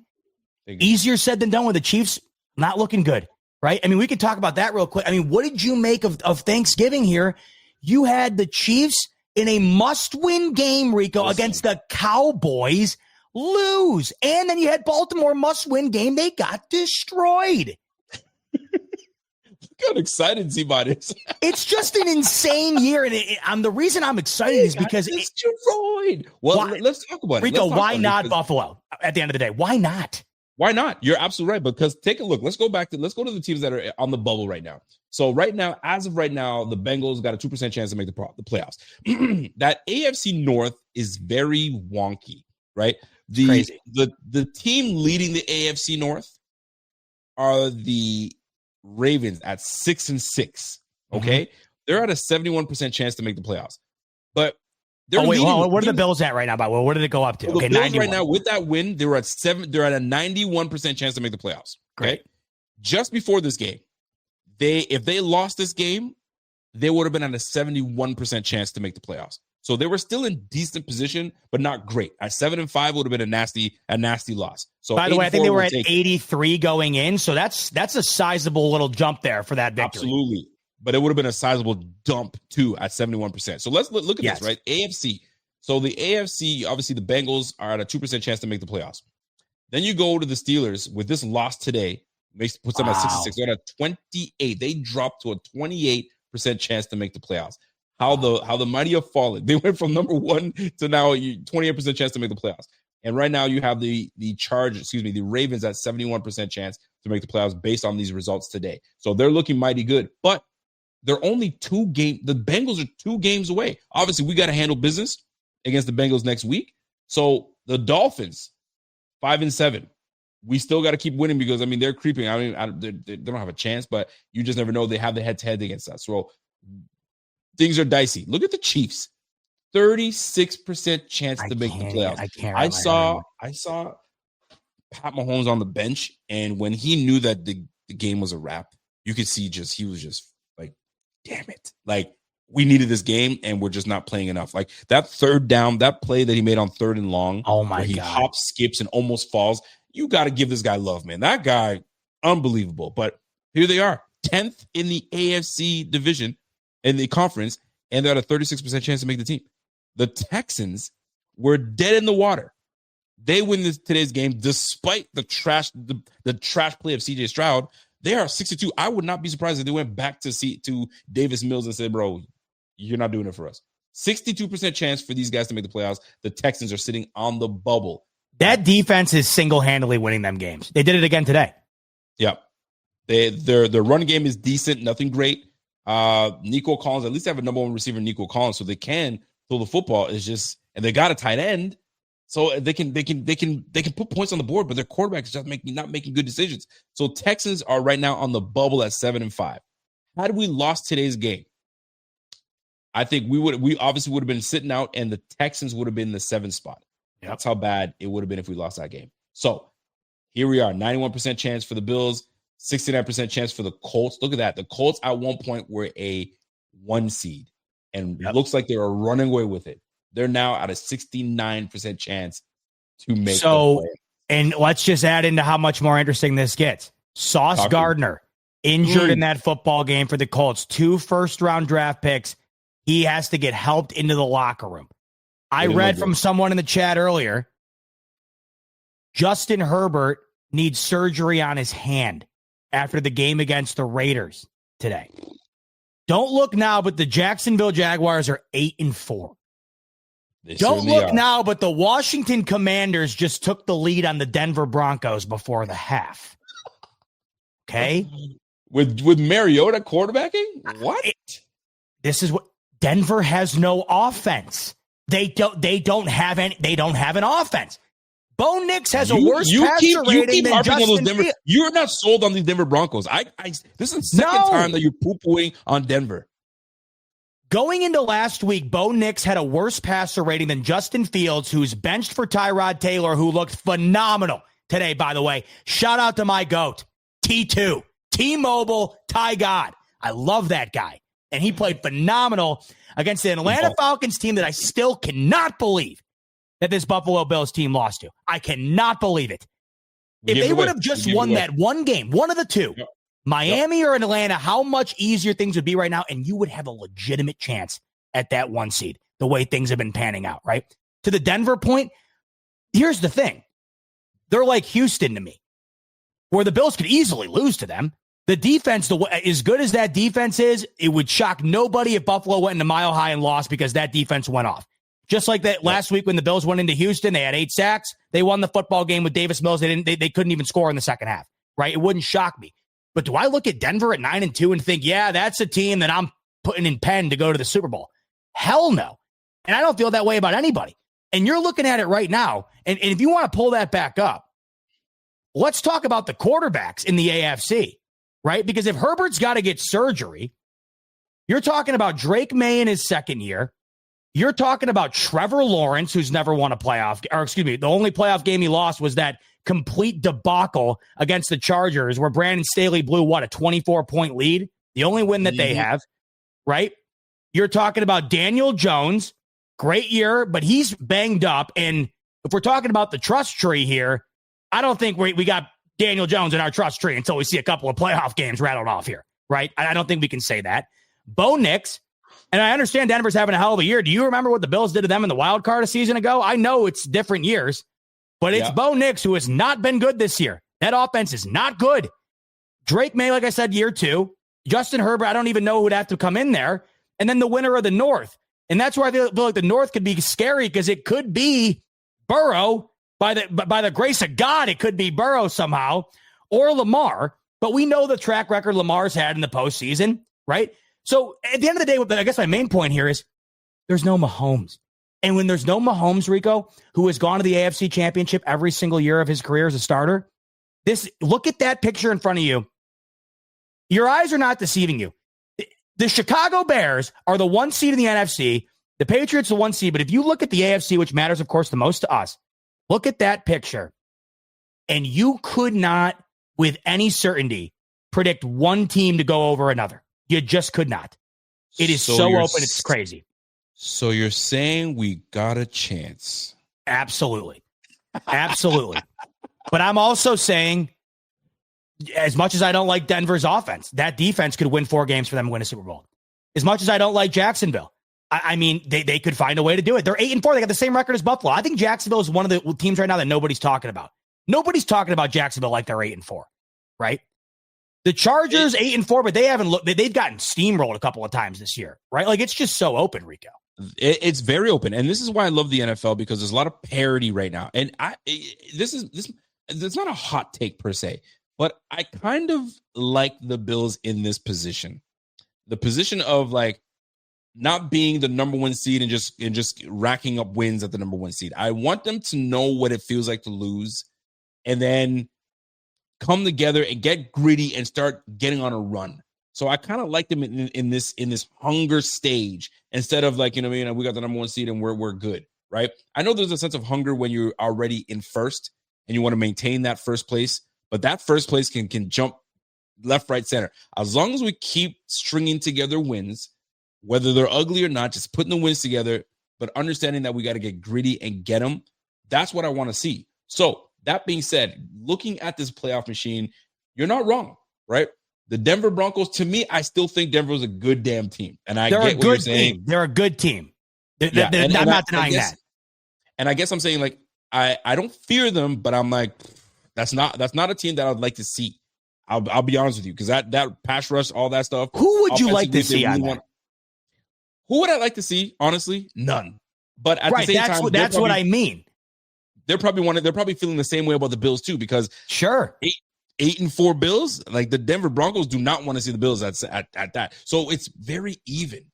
So yes, as long as we start to get healthy and find our rhythm, we could be such a nasty team. So to me, if we become the 7th, 6th, 5th seed, whatever the hell it is that we become, hey, we ain't got to face the Chiefs. We ain't got to face the Ravens. I mean, we'll see how that all plays out at the end of the day, but like nobody really scares me per se. But there's some good defenses here. I was talking about it the other day. The Denver Broncos, great defense, can run the football. The Jacksonville Jaguars, their defense is steady. They will run the football. Every team that you see here can and will run the football. It's about stopping the run and doing something on the defensive side of the ball. So we'll see. Here's the game that I want to play with you right now. So obviously the week is ended. Let's just say the Broncos win it. Should we just go there and just say the Broncos win it? Because I want to get into next week. Yes. Would you give that to the Broncos or leave that open for now?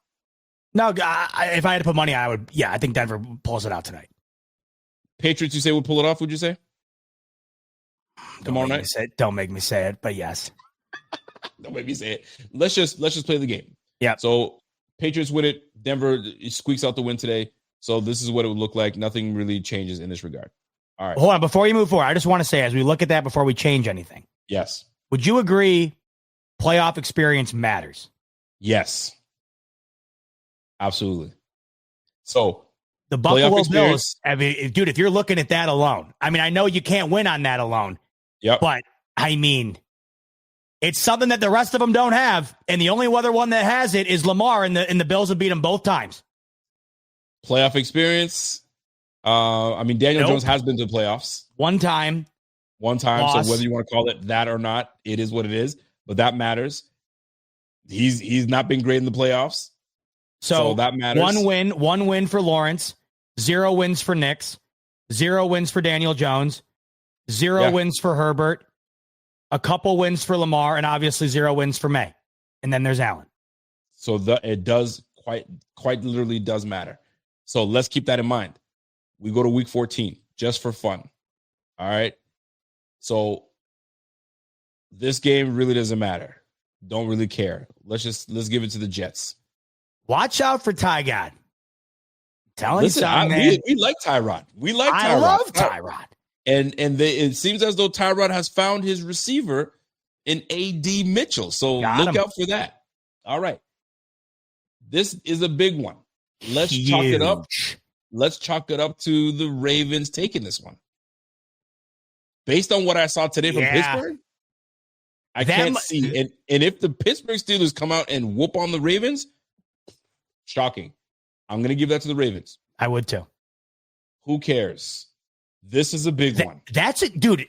Next week? Wow. How about next weekend, Rico? Look at this slate of games. This is just hitting me for the first time. This is a big one. Listen, Daniel Jones with the bum knee or the bum leg, if you will.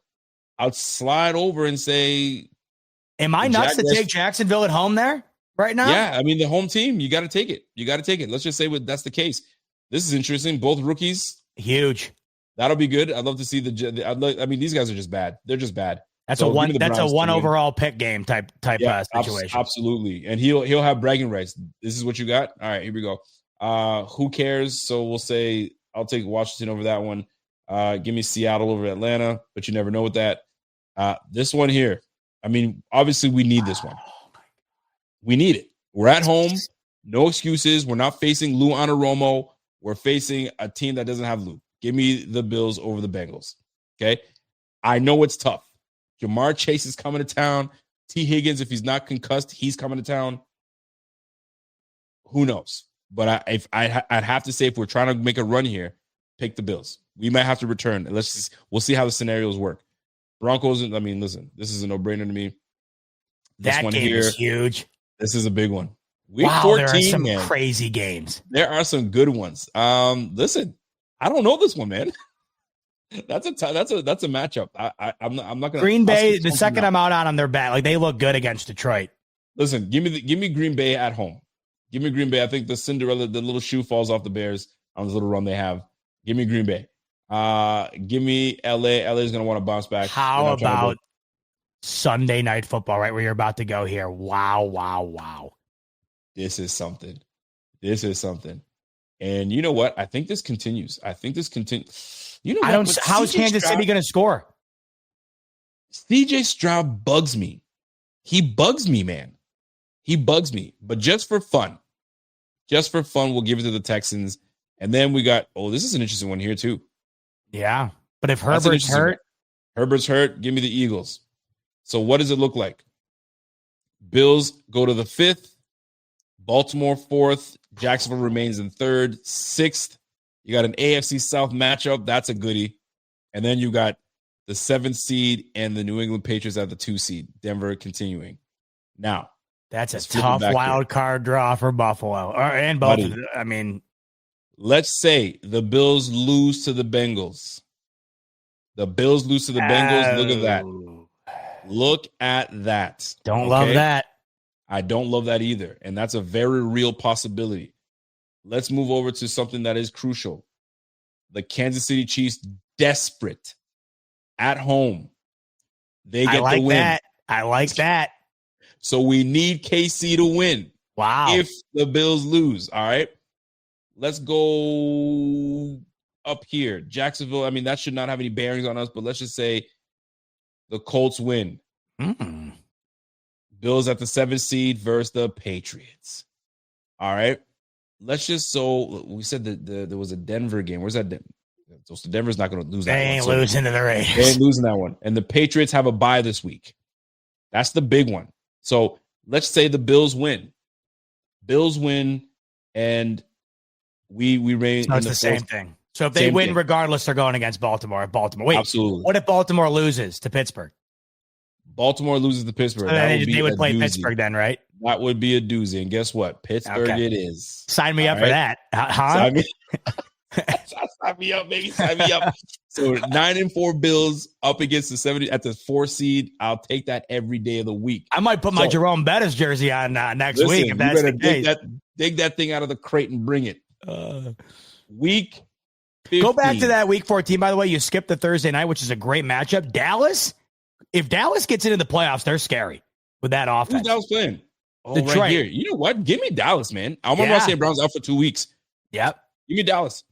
I like what Dallas is doing right now. I really do. And I think they're going to go on a run, and I think they beat Detroit. They beat the Kansas City Chiefs and the Philly freaking Eagles, and now you're going to take on the Dallas. Listen, they're a legit squad. George Pickens, CeeDee Lamb, Javonte Williams running hard, bro. And they got a run defense? Are you kidding me? Yo, these guys are peaking at the right time. And did you hear the rumor that he wanted to trade Michael Parsons to the Jets for Quinnen Williams and a first? I did hear that. And Buddy was like, nah, they ain't got the money for that, so we couldn't do it. And now he gets his guy anyway, Buddy. So week 14 in the books. Let's go to week 15 just for fun. I'm not going to go any further than this because this is the big week. I honestly, truly believe the Bills need to even this one out, and I think they do. I don't give a F if it's on the road. They know how big this game is. You cannot lose to New England twice in the same year. You can't. You can't. You cannot. You simply cannot. Can't let that happen. So let's go Bills with the win. I mean, what are we saying here? I think the Bengals go back to back and do it again. Yeah. I think they do it again. They say, F you guys. I got T. Higgins back. We're going to do it to the same. We're going to do it to you again. But Baltimore will be like, yeah, I give you guys the ball back 5 times. It ain't happening. So who knows? But I'm taking the Bengals just because. This one here, could this be tricky? The Jets and Jaguars? No. Jacksonville. Ooh. I mean, listen, if surgery keeps him out, and I assume it's going to keep him out, what an unfortunate time to have this injury take place. Terrible time. Yep. Give me the Chiefs. Chiefs win it. Cardinals, they're just not good enough. I think Houston comes in and handles business. Could there be an upset in the making here? No. Doubtful. Here we go. Let's go Giants. Let's go Philly. Let's go Sam Darnold. Seattle's defense is Seattle's. Yeah. I think they're the second best team in the NFL. I haven't watched enough Seahawks football to know. You talk to the NFC West guys, so you have a great insight on what's taking place here. So give me Seattle. This is interesting. Look at this matchup right here. That is big for both those teams. Holy. Let me come back to that. San Fran, Panthers, Rams. I think the lines are cooked. Give me Dallas. Yeah, unless Jahmyr Gibbs goes off, like they don't have it. Yeah, I just don't think they do either. Give me Miami. Miami with the upset? I'll take that. Here we go. Let's go back to this game here. What are we saying? Green Bay on the road to Denver? That's a toss-up. Give me Denver. Let me see what happens if Green Bay won. The whole team just because. Toss-up. Let me just see what happens if Green Bay won, though, with Denver. So they're still the 1 seed. Okay. Still the 1 seed. So let's just say we'll say Denver, but they're still the 1 seed, so it doesn't matter. So 12-2. So this is what it looks like. Go back and make Pittsburgh beat Miami real quick. Let me see that again. Okay, so that'll be what. So by the end of it, if the Bills rattle off wins, they'll be set to either. It looks like they'll be set to either play Baltimore, the winner of the North, basically, is what it's looking like. The winner of the North. So are we rooting for the Seattle? Are we rooting for Steelers? I think we gotta be. We're rooting for the Steelers right now, boy. And let's just say, you know what? Let's just say we lose to the Patriots. Ooh, that's a tough draw. We become the 6th seed, and then we play the Colts. If Pittsburgh loses, yeah, it remains the same. Nothing changes on that end. Baltimore's out. Give the Bills a win over New England. Go back and give them a loss to Cincinnati. Sorry, go back to 14. So give the Bills a win over New England. Yep. Yeah. So give a win to Cincy. Okay. Yeah. I'll go back and then go to week 15 and give the Bills a win over New England. See what that looks like. 6 seed. Okay. So 9-5, 6 seed by this week. So if they split the 2, they'll be the 6. Right. If they win both, they'll be the 5. There you go. And then let's just say Chiefs lose, we go to the 7th seed. So Chiefs lose, that means the Chargers are in, and we go to the 7th seed. So it's Patriots. Listen, we're in the mix. We're in the mix. So I mean, listen, there's a lot of things that could shake place right now. Ooh, Chiefs December is tomorrow, and it is gonna be good. This is shaping up to be good, Rico. Listen, it is going to be something. So, folks, you see it. It's right there in front of you. The Bills are in control of their own destiny. All right. Is there a chance that they lose to the Bengals? Of course, there's always a chance. But man, oh man, are we ever? We're getting to crunch time. Shall we jump? Look on before we get into the super chats and so on and so forth, because there is something that I do want to touch on, and I think the defense needs a little bit more credit, and that credit goes to what they were able to do to the Pittsburgh Steelers defensively. Like, the defense showed out today. You got to give them credit for what they were able to do and take care of business against the Steelers. They had these guys at 3 for 9 on third down defense. 3 for 9 on third down defense. This was the big one. They held the Pittsburgh Steelers to 10 total first downs. And of the 10 first downs was a ridiculous penalty from AJ Epinesa when he knocks the ball out of DK's hands. You're like, dude, what are you doing? What do you do? What was the point of that? It was such a silly time in the game. I was like, what a joke. Anyway, that being said, defense stopping these guys and allowing them to only get 10 first downs to our Bills 26. Huge. Steelers went 3 for 9 on third downs and then went 0 for 1 on that big, huge 4th and 2 stop. That was massive. I did not like the play call for the Steelers running the football. Throw the football. Throw the freaking football, for crying out loud. You got DK Metcalf. Throw the football. Anyways, big stop. 166 total yards by the defense. Great job by them. Holding these guys to under 4 yards per play. That's a win. No matter how you want to slice it, that is a win totally. And last but not least, the turnovers. We forced 2 turnovers, key turnovers, which turns into big-time defensive play. So touchdown on the defensive side and a interception by Christian Benford. Can we talk about Christian Benford a little bit? Christian Benford, not only did he have a recovery for a touchdown, taking it back, not only did he have the interception, but he held DK Metcalf. He followed DK Metcalf. He held DK Metcalf to 3 receptions. Huge. And he was frustrated all night, Metcalf. Oh, he was frustrated all night. Big time plays by guys that we paid, that we needed them to get the job done, and that they did. So big shout out to this defense. They did a great job. And we need to see an encore. Let's see if they can bring that firepower next week against the Bengals, the red hot Bengals offensively. So we'll see how it all shakes out in the end. Shall we dive into the super chats? We shall. Before we do, quick shout out to our friends over at Sleeper. You've been hearing us talk about it all season long. Make sure to take advantage of this promo because it is an awesome one. Link in the description below. Click that.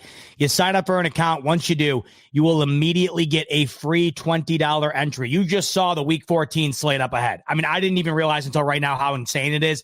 It'll be even more awesome with a little bit of action. Get in on that action. Free $20 entry with Sleeper when you sign up. Once you use that free $20 entry, use the promo code on your screen, BF25. That will get you a 100% match up to $100 on your first deposit. Terms and conditions apply. See Sleeper terms of use for details. Currently available in over 25 states. Check out Sleeper via the link in the description below today. Kick off those super chats for me, my friend. All right. Well, listen, we're going to kick it off by bringing in Miss Lisa. Or Lisa E. Welcome to the club. Lisa E. What's good? We appreciate you always. We all appreciate anybody that wants to just join our community and just show support, because sometimes it's just a matter of, you know what, I like this group. I like these guys. I resonate with them. One's a new father. Look at him looking at his baby girl now, just giving kisses and making faces. Zoe's got, what is this? She's got a binky in with a doll attached to it. What's it called, Caroline? A wubba nubba. I couldn't tell you what that is. Apparently, they're all the rage right now for those that are 18 days old. And she's loving it. Look at her. Look at Papa Bot, just beaming with pride. We're giving Zoe her first bath tonight, by the way. That's what's coming up after the show. Where are we bathing her? Did we decide where we're bathing? Where we're doing the bathing? I have it all set up. Caroline's got it all set up, apparently. Where is this? I'm curious to where it's set up. I'm just curious. How are you doing it? Where is it set up? On the left side of the sink. Okay, we're bathing her in the sink. Yes. Little sink action. Just like her daddy does. Are you guys putting her on the little I forgot what they call those things, or are you guys gonna hold her in your hand and do by hand? We have one of the things. We have the thing. It's like a thing. Okay, cool. No, cool. The thing. Yeah. It's funny. The thing.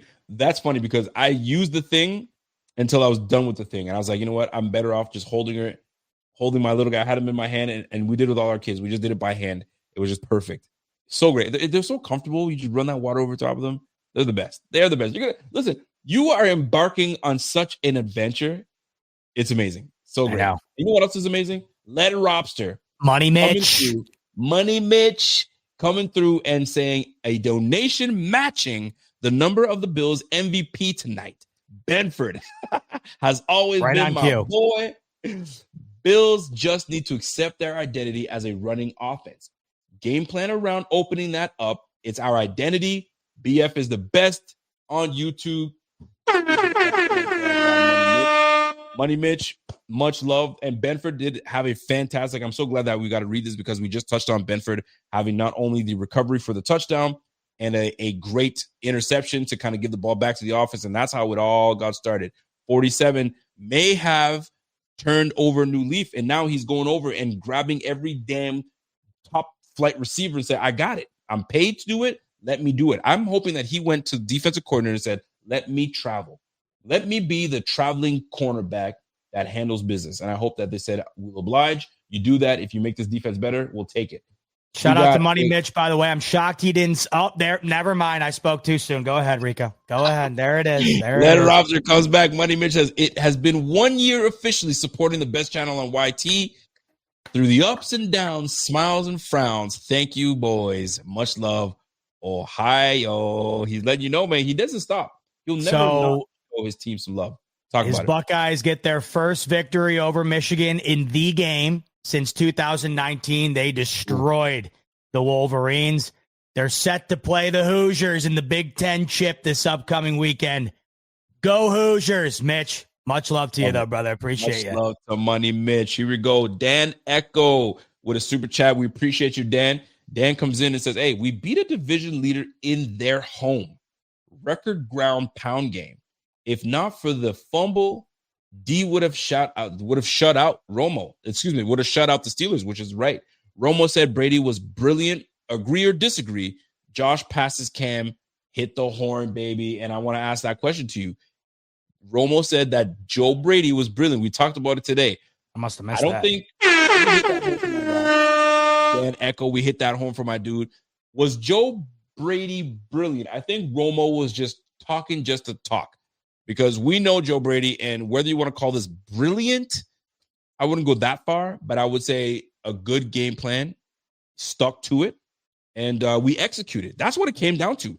Execution, stick to the game plan, and get the job done. And I think that's what we did. So, real Dan Echo, we appreciate you. But would you call that game plan brilliant? Brilliant is not brilliant is not the word I would use, but it was the right game plan, right? We talked about that earlier. I don't think they reinvented the wheel today.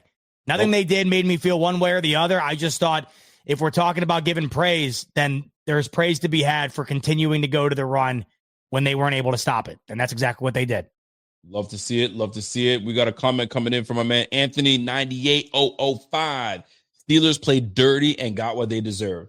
I mean, there were some moments that they were kind of getting testy. I knew this game was going to be testy when, there was guys, in the scuffle and Hayward getting some of it. And DK looked like a menace today. He just looks like he's upset. Let me ask you something. Did you hear Jalen Ramsey's name once today? Not once. No, not until right now. Not once. I mean, there was no reason for us to hear his name in the first place because we didn't throw the football like that. But not once did I hear Jalen Ramsey's name, which I found fascinating. So, did they play dirty? They had their moments where they were a little testy. But listen, the W is what we needed. The W is what we got, and we'll take it. We will take it. What do you got? Fluffy Panda. What up, Fluff? Says live and in living color. Old man Rico and newly Papa Z-Bot. Herbert having surgery on the left hand Monday. Bears and Jags in first. Are we in a bizarro world? Well, we just spent a segment talking about how weird and how strange the times are, and this is the year, man. My father-in-law today was asking, like, oh, so are the Patriots in first place? I looked at him. I was like, bro, you haven't seen what's been going on, man. The Patriots right now are out of the playoffs. Right now, the Bills are one loss of being out of the playoffs as well. Oh, the Chiefs, you mean? You mean the Chiefs? The Chiefs, excuse me. Yeah. And the Bills right now are we need this win. If we're not, we're going to be right next to the Chiefs. So there's a lot going on. The Ravens, not so great. He's like, what? Like, what's happening? I was like, I couldn't even give you the answers. All I know is Rico, if the Bills Go had ahead. lost today, all 4 AFC teams that were in the divisional round last year would have all been out. Houston. Isn't that crazy? Or no, Houston would have been in. Sorry, Houston would have bumped up. So 3 of the 4, but which is still is the reality today. Houston, Crazy. Kansas City, and Baltimore. It's just nuts. Totally crazy. Totally crazy. All right, let me keep it rolling here. Yep. We got Jacob comes in and says Shaq Thompson rallied the defense. He lit that match, a night and day difference after he spoke up. I'm telling you right now, man, I love Shaq Thompson. I think he's great for this defense. They better not remove him. I freaking mean it. And if Babbage or McDermott decides that, hey, you know what I mean, nobody loses their position off of, no, bro, were you trying to win or not? If you're trying to win and you want this defense to play well, leave it the way it is. You know what I'm saying? And then we can go from there. So I love what I'm seeing from these boys. So keep that up. We'll keep it rolling. Big shout out to my man, Jacob. Jacob, appreciate you, my G. What do we got here? We got Kyle Bill says celebrating with a donaire poutine right now. Massive win. Nice. Listen, for those that are not understanding what this means, donaires are huge in Halifax, where I live at. So my man Kyle is Canadian, and a donaire poutine would absolutely hit right now. It's shaved beef on wrapped up like in a wrap with sweet donaire sauce. And so, listen, it's a staple in Halifax. So if you guys ever decide to come out to Halifax, come get your donaire. My man is dealing with a donaire poutine right now, bro. You hitting that kid. All right, here we go. We got Bo Borish says O-line stepped up huge. Yeah, this is the year, boys. Everything lining up. Make it to the tourney, and anything is possible. He says this is the year. Could it be? Is it? In terms of it being as wide open as it's ever been, yeah. In terms of them having just as much of a chance as anybody else, yes. Then yes. You know what? Then Boris, line it up, Boris. My man, he's representing Canada, so I appreciate you, Boris. Listen, man, this could be the year. It doesn't look pretty, but the things that we need out of the way are out of the way. So it's up to us to handle business. Like what a disaster it would be if the Bills are not in it, Chiefs are not in it, Ravens are not in it. We got, who did you say? You gave me a Super Bowl that I was like, that'd be weird. I said it would stun me zero if it was like Jacksonville and the Rams. Golly, wouldn't that be something? The Ravens Trevor Lawrence and Matt Stafford? Man. Yeah. Anyway, this is what it is. And here we go. Let's go to our guy, Mr. Divine. He says, I know off topic, I'm so over Tony Romo as a commentator. He's awful, states the obvious, tries to build unnatural narratives, does too much predicting and ruins plays. He just talks too much for me. Today was a weird game because it was not great. I was actually thinking to myself, commentating on this game specifically, boring, snooze fest. So Tony Romo did what Tony Romo does, tries to make it somewhat entertaining, and it was a snooze fest. He probably was like, golly, what kind of game is this? My old counterpart that I used to go up against in Aaron Rodgers just looks like a shell of himself. What am I watching here? So, yeah, you know what? He wasn't great, but, that game wasn't great. Great for us that we got to win, but it wasn't sexy. What's Jonathan Mason saying, Manson? Johnny's saying, Donald Kincaid back next week and maybe 2 linebackers. Bills can't look ahead, have to limit turnovers to escape the trap game. I wouldn't even call it a trap game. Because Cincinnati has just been better than Buffalo when they faced off. That offense is no joke, despite their record. Joe Burrow did not play well in his debut on Thanksgiving, and they still scored nearly 30, and they took care of business against Baltimore. They really, really did. Yep. So, yeah, turnovers are going to kill you in that game. If you give Burrow a short field, they're more likely to take advantage of it than that Steelers team, that's for sure. So, it's a big game. Every game remaining is a playoff game for Cincinnati. And as we just went over with Buffalo, every game matters in terms of how things end up shaking out for them, too. So it's a huge, huge game for those two going head-to-head on Sunday. No question about it. We got another one coming in from, what does that say, Will Heimran. I'm an hour and a half behind the live stream, but if you haven't seen yet, Allen kneed Hayward in the gut and said, I'll do what I have to do to get you off of me. Yeah, so, we went over that. I'm going to dive into the footage. I'm going to go look at it like the Zapruder film, break it all down and see what happened to have Cam Hayward so upset. He claims Josh Allen kneed him in the stomach, so I got to go back and take a look and see what happened. By the way, there's a clip going around with TJ Watt. Watt saying that they tried a bunch of things to slow down the Bills' duo run, but they just weren't doing it. They just were effective. So, dude, when you see it coming your way and there's nothing that can be done to stop it, that's when you know that the O-line did a great job today. Kudos to these boys, man. Big time. Get right. Remember, for a year now, my guy. Well, you know what? Let me give you some love. 1 year Buffalo Fanatic versary. How Let's confident are the two of you that we will beat the Bengals team that gives us all types of fits? When was the last time we won 2 in a row? Super Bowl or bust?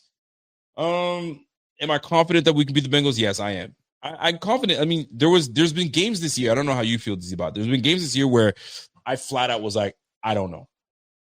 I'm gonna just let it fly. And the games that I was like, I don't know, we ended up losing. In this one, I feel I'm split down the middle. Not with I don't know, but I'm like I'm leaning towards, because we're such in desperation mode at home. We need this win. I'm leaning to more of the win side. That's the way I feel. I don't know about you. How this Bengals game? Are you confident in this Bengals game? Too soon to talk about it. What are your thoughts on that? I'm not overly confident on any game, really. I'm taking them as they come, because once again, we've seen different iterations of this Buffalo Bills team from week to week throughout this season. We have. If we get a running performance like this game, or we get a passing performance like the Chiefs game, we get a defensive performance like the Panthers game or this game, yeah, I think the Bills are winning that football game. But if we get a performance like, against the Miami Dolphins or the Atlanta Falcons, you're going to be in some trouble against Joe Burrow and Jamar Chase and company. So We'll see. But I'll say, it's in Buffalo. Only one loss this year. It's against the New England Patriots. Tight football game. So I'm excited for that one. I'll just say that. Okay. Well, we'll leave it at that. We'll wait for the all 22 to come out too, because I think that's going to do a world of difference. Let's keep it rolling here. We got my man. Valerie. What's up, Valerie? What's up, Val? Val comes in and says, Bob was preaching. Bills played well, even if it all showed up in the second half, but no cookies or kudos for Brady, but got the W. Happy about that. I mean, you can't, how can you not give kudos and cookies to Brady, if I'm reading it correctly, even if it showed up in the second half, but no kudos? I mean, I think he did well enough to understand what needed to be done, because the issue with Brady was that he never adjusts, right? He goes through a game plan and doesn't adjust. This one, the game plan worked, where there wasn't much adjustment to be done. And the fact that the team knows that the duo was coming and they still couldn't stop it, kudos to him not stopping it, and kudos to the O-line handling business. So great job. Valsberg says, Z-Bot doesn't understand that Pitt defense is still good.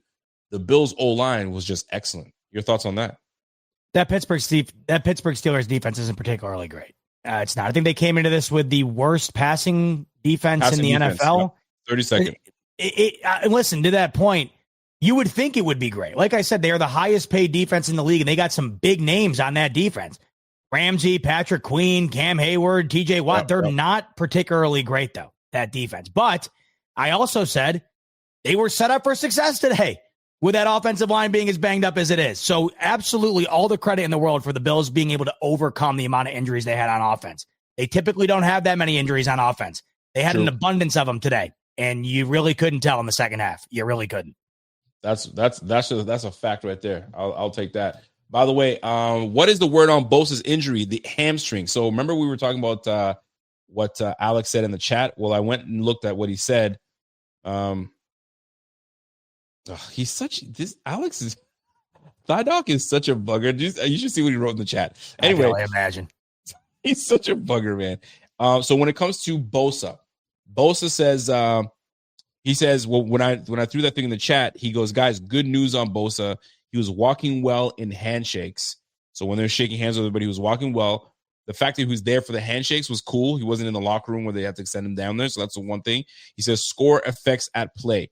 I'm guessing mega minor, but might miss 1 week. So hamstrings usually like 4 weeks. He's saying it could be super minor. It's just probably a week. But a week against the Bengals where we need a pass rush, that's not the week that we can't have this brother play. So I don't know how great of news that is, but it's not the news that I wanted to hear. So I guess we'll have to wait and see how the rest of the week goes. All right, a couple more super chats, and then we'll call it a night. Our guy Fluffy Panda says, "Hey, the Rich Eisen show, only show worth watching nowadays." I like Rich. Rich is nice. Said earlier in the season that we could see KC, Buffalo, Baltimore as wild cards, but now in December, if we don't win our games, we might see the big three miss the playoffs. That's a fact. That's why every win matters, man. This is why they always talk about, hey, I don't care what the heck you guys do in September. I don't care. I don't give a rat's ass what you guys do in October. Tell me how you play ball in November, December, January. That's when it really matters. So that's why we're about to jump in and find out what's really good. MP, I'm hoping the Bills can get a hot streak, but if it weren't for the damn Pats and the potential to have at least one road playoff game, love the show. Hey, man, the Patriots are doing what they're supposed to do, winning the games that they're supposed to do. Are they winning games that are credible? They've had some good, credible wins, but most of their wins are coming against teams that they should beat. That's why we can take care of the Bengals, I can't wait to go against the Patriots because I think that we'll repay them. I don't care if we're on the road or not. I think we're going to do well against them. Payback's a bitch. We need to get that shit back. We can't, like Bot said earlier, we cannot go 0-2 and get swept by these boys. Can't. Just can't. I won't allow that. Can't do it. The Jonah. Papa Bot, congrats on the little one. Tomlin may be available. What are your thoughts on replacing McDermott with Tomlin? Well, unless I hear, what the heck are you looking at? Treylon Burks just had the nastiest touchdown of the season. Okay. Fade to the back corner pylon, and he just OBJ'd that thing over the defender. Was that Pat Surtain did that on? Who did this? Treylon Burks. Treylon? That's what his name is, right? Treylon Burks, yeah. The former Titan.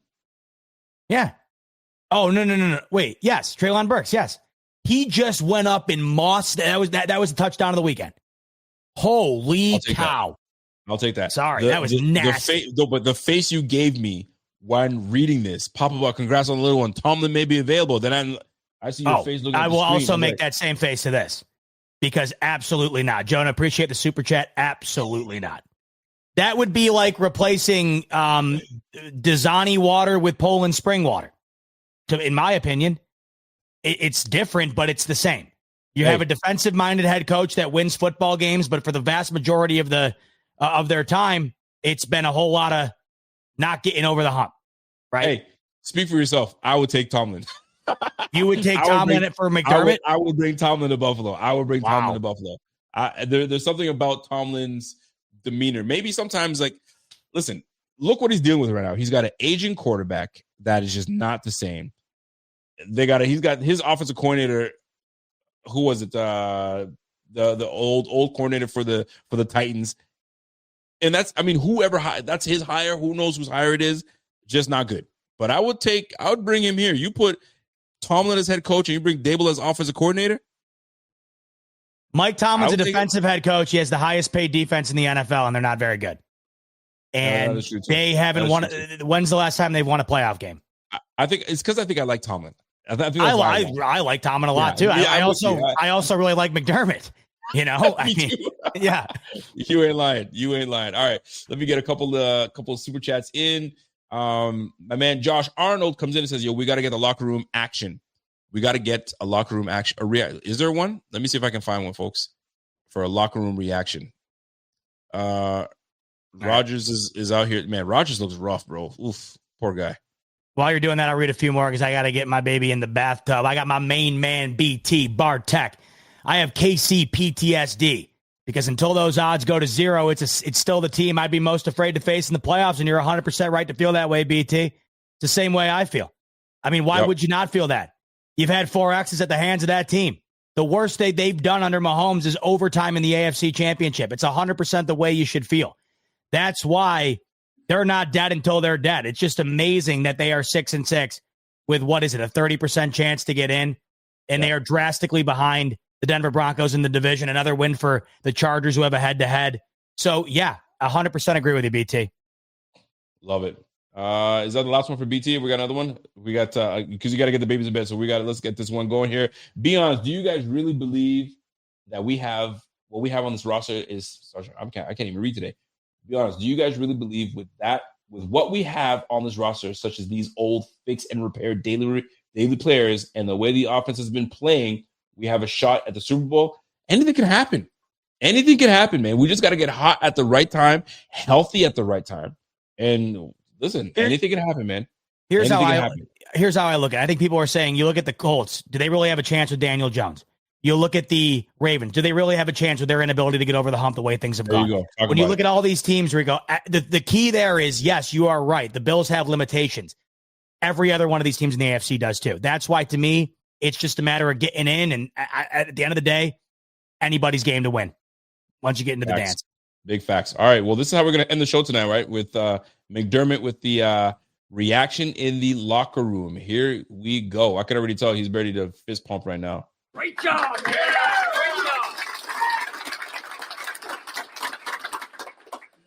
Now, I'll tell you what. Toughness, a long way. It really does. Your focus and your toughness didn't go all our way right from the start, but we came out in that second half and we put it down. Right? We put it down. All three phases playing together. You know what I'm saying? All three phases playing together. Tough football, man. Buffalo Bills style football. Yes. At their place. Yes. At their place. Now we get a chance to go home. Yes. Right? Now we get a chance to go home. Hey, where's Bandy and Alex? Hey,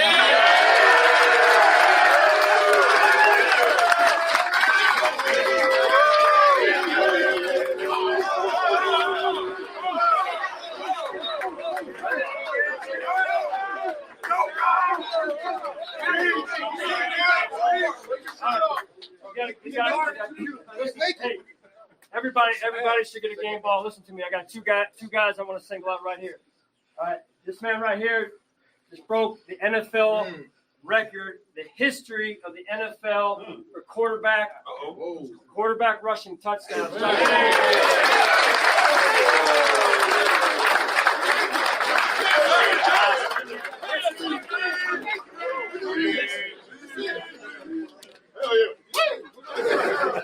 All right, next one here. Man just scored his first touchdown. CB, where are you?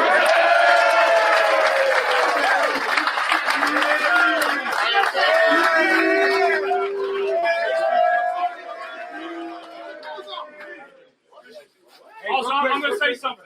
Real quick, listen up. Offensive coordinator Joe Brady, baby girl, today.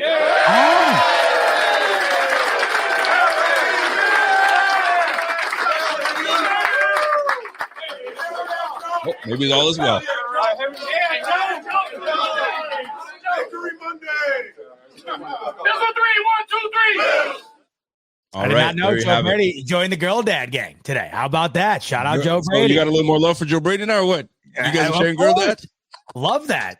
1-0. We got a couple more super chats, by the way, before we close up. MP saying, I'm hoping the Bills can get on a hot streak, but if it weren't for the damn Pats and the potential to have at least one road playoff game, love the show. Much love to UMP. Appreciate the super chat. Yeah, I mean, that's all you need. You just need them to get on a streak in January. And we've seen if they can give a game like today, a game like Kansas City, they can stack a couple of those. That's all any of these teams are looking to be able to do. If they can do that, it's anybody's to win. Jonah, Papa Bot, congrats on the little one. We already went over that. Yes, and speaking of the little one, it's almost bath time. I promise I'm coming, Zoe. Josh, we got the locker room reaction in. And lastly, we got Don saying, Rico, waiting on the all 22 review of Lisa. And it's the hardest I've laughed in some time. I just want to say it was unbelievable. If you know, you know, last post game. Don's a fool. That was something else. Unbelievable. What's unbelievable is we had over 3,000 of you joining us here on the BF post game show. We appreciate each and every one of you coming and hanging out with us after a big W as the Bills improved to 8-4, getting it done over the Pittsburgh Steelers. We look forward to hanging out with you throughout the week. I'll be with you on Monday, Rico Tuesday. And as we move on throughout the week, we'll get you ready for the Cincinnati Bengals. But for tonight, that's going to do it. On the way out, like button if you could, subscribe button if you could.